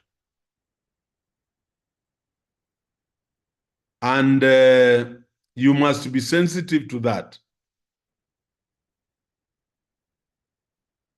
Work-related attitudes. That's what brings employee satisfaction, not job. So if I'm talking about work-related attitudes, what determines work-related attitudes? One of the most important things is organizational climate in the workplace. Organizational climate in the workplace.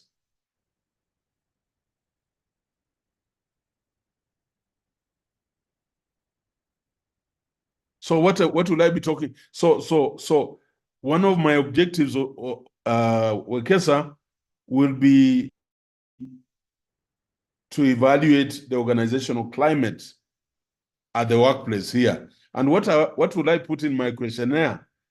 I'll be looking at top management support for the constables by the inspectors. I'll be looking at the OCPD's support for the Askaris.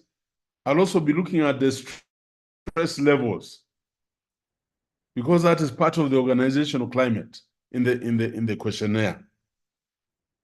So my first area, in my best thinking, if we are talking about employee satisfaction, will be, I will concentrate around work-related attitudes, but the first place will be the organizational climate. The second one, okay, sir, my next issue, my next sub-problem will be around external work environment. So I've come from internal, I'm going outside, external work environment. For police officers, what will I be looking for there? That's an objective. I'm going to ask them about the external work environment, or I'll set an objective around the external work environment, but what am I going to search them for? I want to know how citizens treat police. So citizen treatment of police will contribute to employee satisfaction.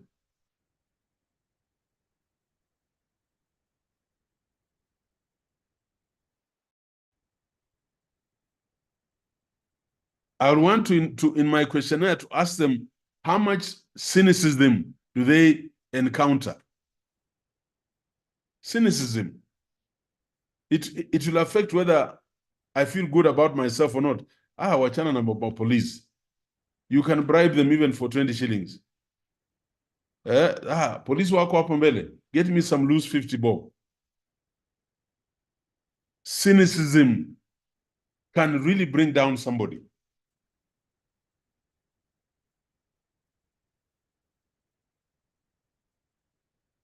So I'm trying to reorientate this study so that we are not going out to try to measure the obvious.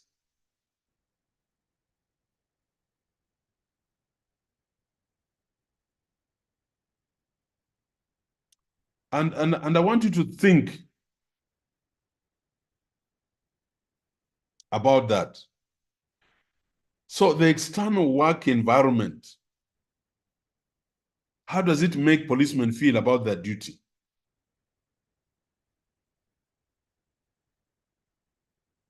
And the long hours. How about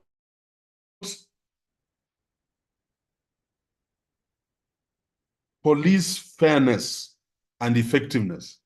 Me, I think that's an issue. Police fairness and effectiveness. And that will affect employee satisfaction. I am not talking to Christopher, Wekesa, and Andolo. No, I'm talking to all of you. You must have incisive research minds. And your chapter 1, your section 1, introduction and background of the problem, should be urging you to bring out these aspects that are going to constitute the objectives of your study.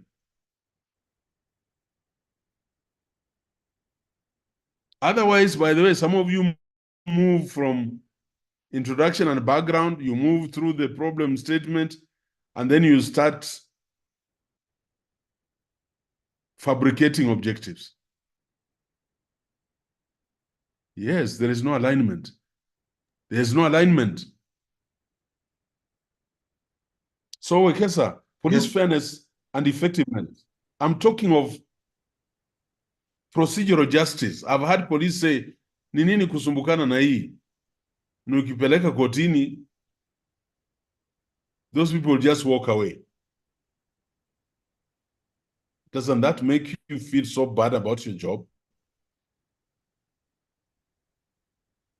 Just like the other day, somebody had the audacity to go to the national parliament and say how Daystar fabricates results. That killed me because I have lived my life protecting the sanctity of exams and quality education. It just killed me. That's why we are here, because I want to make sure that we are actually getting people to understand and therefore become better researchers for this country. So for somebody to go to the floor of parliament and say they manipulate results, they do what? It's the same thing with policemen, with procedural justice. Under that, under this police fairness, I made my notes here, police fairness and effectiveness, there is also crime control. Under police fairness and effectiveness, crime control. How do you control crime when you have one Land Rover with flat tires? The one at Daystar, at our at River Campus, we are the ones who have reconditioned the vehicle. We are maintaining the vehicle.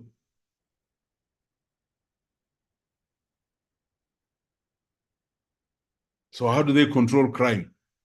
And then they're blamed. Oh, they don't come to the scene of crime as fast as they should. For me, okay, so these are the things that would form a study that then would have the impact we would like to see come out of Daystar. Then there is the deterring of crime. There is to deter crime. Those are aspects that I'll be bringing up in terms of factors influencing employee satisfaction in the police service in Kenya. So what am I telling everybody? Because, by the way, Wekesa, go to your problem statement.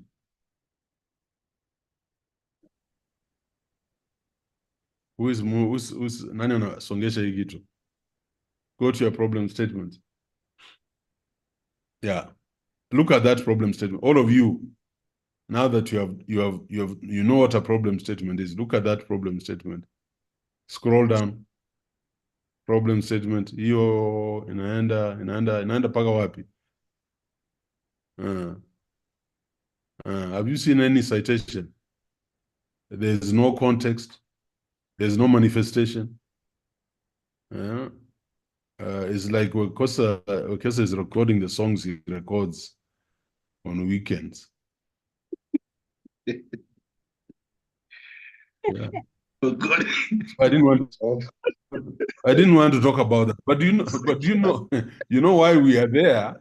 We are there because we did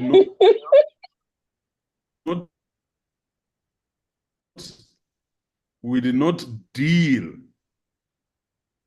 and background to the problem. So I'm telling every researcher here, can you look at the template I have given? Can you tease out, look for sub-problems or issues that are hidden? Otherwise, job satisfaction, tunataka mshahara, tunataka kwenda leave, tunataka nini? That's not what we are looking for here.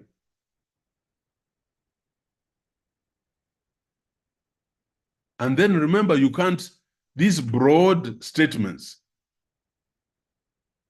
you can't finish research. You do the little you can, others will do the others. And the smaller you do of research, the more concise and precise your study will be.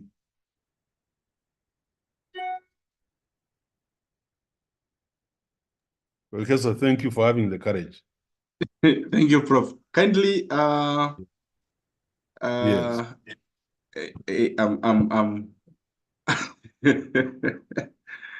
Anyway, thank you so much, Prof.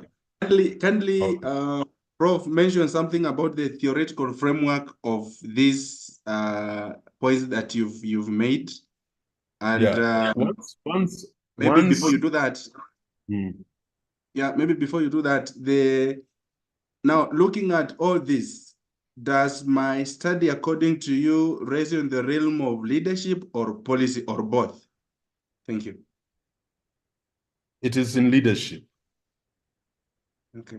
And you know, leadership and management. That's where we are. By the way, this is a very important point I'm pushing. Because you are doing a master's in leadership and policy studies, forget about education for now. Whichever area you are in, your thesis must be anchored in that space. Now, on the theoretical framework,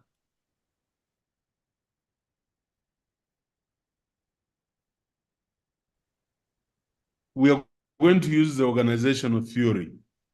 The way, when I look at these things, when I look at these matters, all these matters, you know, when I look at things like citizen treatment of police, cynicism,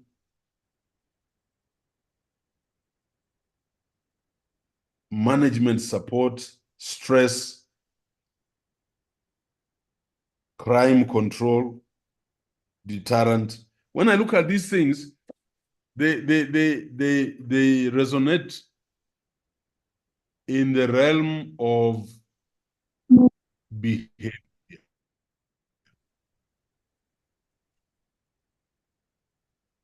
So just work with organizational theory, but this study is a candidate for TPB, the theory of planned behavior. Yeah. Thank you very much. Last question, Prof. Last question, Prof. Yeah. At the back of my mind, I was thinking to have the knowledge gap being the gap in my study. Maybe from where you sit, then does it change, or still knowledge gap is we are still going to add knowledge. If we do well on this study, we'll have added a lot of knowledge. You know, many people don't know that cynicism is a killer, because the human heart always wants encouragement. So there's the knowledge gap, but there's also practice. Because top management will have to know the value of creating the right organizational climate and support. Okay. Thanks a lot. Yeah. Thanks a lot. I would have gone, Wekesa, more deeply into this, but we are just doing chapter 1. You know, I don't know which theory you'll adapt. So the theoretical foundation will also tell us where we shall go in terms of analysis. But I know for sure myself, and I'm talking to the class, a person's feeling of a person's feeling of dissatisfaction or satisfaction at work is influenced by several factors. And these are some of the factors we want to look for. Yes. And that's why this study, let's not make it simplistic. Because some of us also know that money doesn't make you satisfied about a job. Sure. So we'll have to look for antecedents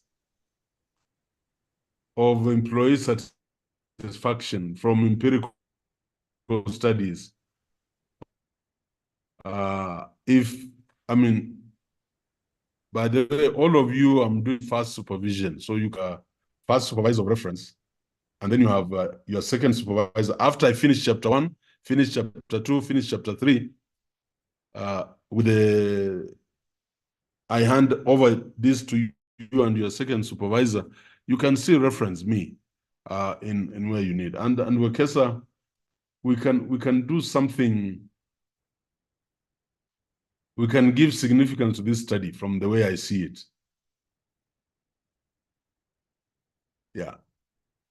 And here, and we can also do an online survey, yeah? Yes. And yes. get, we can go to the Inspector General and he'll find this very useful. And allow us to do an online survey, or we go to Kiganjo, where the police officers who are in service training, we stay there for 2 days and collect useful data. Yeah. Oh, sure, Prof. So I don't know whether Wekesa. Yes, Prof. Are you just saying yes? Yes, ama you unanielewa? I am taking note of everything. And I'm not talking about Wekesa. I'm talking about my whole class, the 135 online now. In our questionnaire, we'll have demographic questions, Wekesa, about gender, education, whether they have secondary, higher, university, postgraduate, length of service in the police service.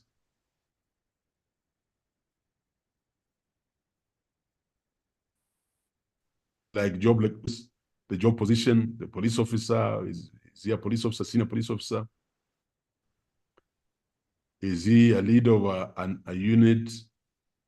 Then we look at organizational support related questions, support and protection of police officers by their seniors, trust in one's immediate superior.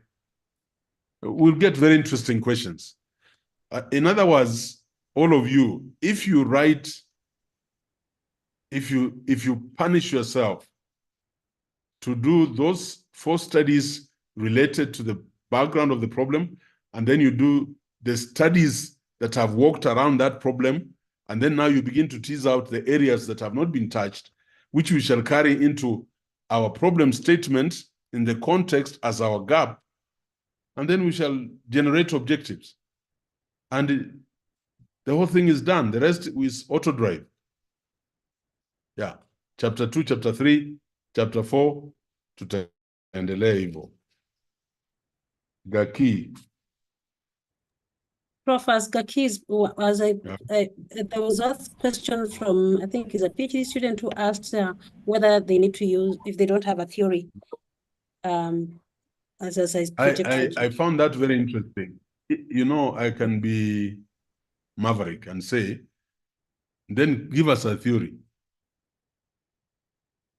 Yeah, now that there's no theory, you do that study and give us a theory.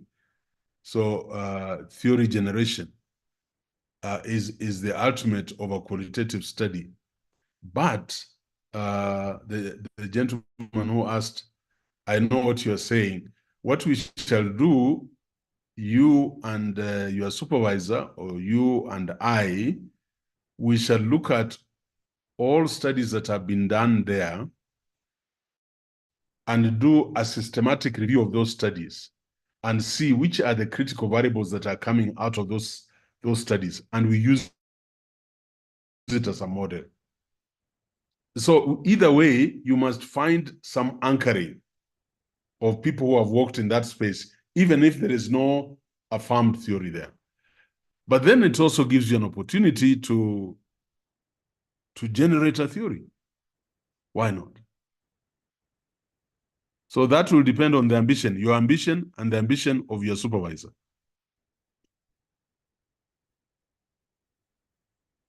Okay. Prof, there's something you've mentioned that I've been intending to ask a question on. Go ahead. Is that Prof. Marcella? Yes, Prof, it is. And we can't see you.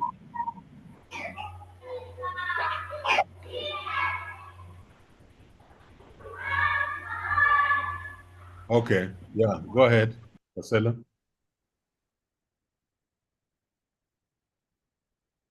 Go ahead. I think you mentioned that you're venturing. Prof, in the previous class, you mentioned that you're looking forward to more students venturing into meta-analysis. And now that you've mentioned the systematic review of researchers that have been done in the same field, is it one and the same thing?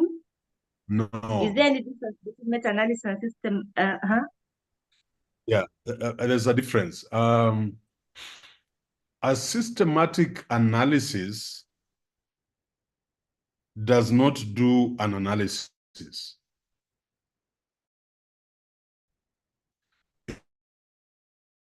It is a review of the studies that have taken place in an area. Analysis for your thesis. At PhD level, we will want you to do a meta-analysis of the systematic analysis. Yes. So at PhD level, we have to stretch you to assemble those 20, 30 studies, bring out the variables from those studies, and do a statistical analysis. For example, you can set up a regression model to tell us which variables are strongest in terms of communication. For example, use of communication in mitigation against malaria. So you'll have to do a regression analysis, and we get the variables with the highest R-square values. For example, you'll have to do an ANOVA. You'll have to run an ANOVA against maybe 3 sets of groups of data and see whether there is similarity or not. So a meta-analysis takes us to another level. And I think, Marcella, you should be encouraged that DASTA was the first university now to produce a PhD through meta-analysis in the last graduation. So we can do it. But for masters, I would put them through systematic reviews where they don't get into the detailed analysis. Yeah. Have I answered your question? Yes, Prof, you've answered it very well, and I thank you very much. So is it then possible for one to mix meta-analysis with any other methodology? For instance, if they want to get the views of... Come again? I'm asking, Prof, then is it possible for one to use meta-analysis in addition to another methodology, or You're cutting, that's why I'm struggling. That be a mix-up? They should just... I'm asking, is it then in order for one to mix meta-analysis together with another methodology, or they should just stick to one? No, I think I get what you're saying. Let me tell you this. In a meta-analysis, your primary data are the results of studies done by other people. So in a meta-analysis, because we are going to do statistical analysis at the end, you will be required to assemble studies that have been quantitative or mixed methods. because we need to engage with the variables, the statistics that came from those other studies, and now measure the strength of the various indices, statistical indices. So that question is rather redundant because, I mean, you can't mix meta-analysis with mixed methods. What I'm saying is that when you're doing a meta-analysis, you are doing a meta-analysis of studies that underwent mixed methods design, or studies that underwent quantitative design. So it is at the tail end, at the tail end. But before you reach that analysis, we have to do a systematic review. We have to have criteria for inclusion and exclusion of those studies. That's why I'm praying that God, out of this group, you are 135, you are about 150 behind, that God can give me children who have the courage to want to do a meta-analysis. Because it seems it is for the North, it is not for the South. And we are all learning. Even me, I'm learning. The analysis, I'm learning. I've just paid for a very expensive software. I'm still learning. Even Dr. Maka is learning, and a few others. We are learning. We want to be the university of reference when it comes to meta-analysis. So we're also learning. Yeah. Justin Mulwa. Yes, thank you, Prof. I shot my hand up because I look forward to you looking at my, even if it is just the topic, because I'm planning to use meta-analysis, the Prisma model.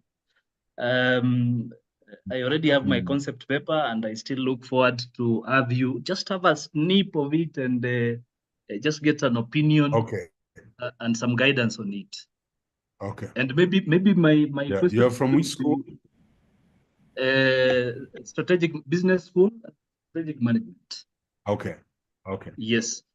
And my last question, maybe briefly, would be why just one student from Daystar, having done meta-analysis? Is it that? It's tough. Oh, it is tough. It is tough. Not really tough. I think we don't have the capacity. We don't have the capacity of faculty. This is a phenomenon that the whites have monopolized. And nowadays people don't go around collecting data. Why reinvent the wheel? They're just picking studies. Look at COVID. COVID now we have close to what? 500,000 studies. So people are just doing meta-analysis to deepen their understanding around COVID. So yeah, we don't have capacity. I'm telling you that I'm also learning. I'm trying to get myself into the latest software on analysis or meta-analysis so that my students have an easier time. And yeah, it's just that the last student was supervising her as the first supervisor, and then as one of the supervisors, and then we had a colleague in Germany, so we teamed up. Thank you, Prof. We were able to pull her through. I want to do more of those. Caro, I needed, I have a meeting at 7, and I'm seeing it is 7:14. Yeah, 7:14. Yeah, sorry. And then Prof. So David, I will have is it Mulu? Yeah. Molo asked about Prisma, and yesterday I know, and he just said that he'll be using a Prisma model. Prisma is simply how you report your protocols, how you're going to. It's a guideline for how to key in before you do now a meta-analysis. So now structural people doing systematic reviews end at Prisma by entering and making up their conclusions. But now for you who is doing meta-analysis, you move it from Prisma format or guideline, now you run it into, say, using the comprehensive meta-analysis tool software. So Prisma is not a methodology, it's a reporting structure. And as you've done your review of your different articles, how you key in, and then you are able to now get it so that you can be able to, it's like a checklist, I would say that. So, right, thank you so much. Okay. Prof. Yeah, so I was using this as a case study. I really wanted to do the two case studies. Caro, I want to borrow tomorrow's class. Whose class is it? Is it Tomorrow is Dr. Kegode? Kegode's. Yes. Yeah, so if you can arrange, let me have that class. Okay. If I do about 3-4 case studies like we've done, I think we'll make progress. But also in the US, I just have to, I've just noticed I need to wake up. I need to have a free morning to have this class at 5. So we'll look at my schedule and I'll keep telling you. But the class also must be open. That I hope you're realizing there is so much you still don't know. So you've got to be available. When we get a bit of time, we'll squeeze it in. But let's meet tomorrow because I have an appointment, a dinner appointment at 7. It's already 7:17. Asante sana. Thank you very much, and all the best to everybody. So Gaki, I have the work. It's all done. Prof, as you are leaving quickly, when you are in the US, you can do the class, isn't it? That's what you asked. I'm waiting from you. Yeah. Okay. Yeah. We'll do the classes. I just have to wake up early. Yeah. Thank you. All right. Okay, everyone. So have a good night.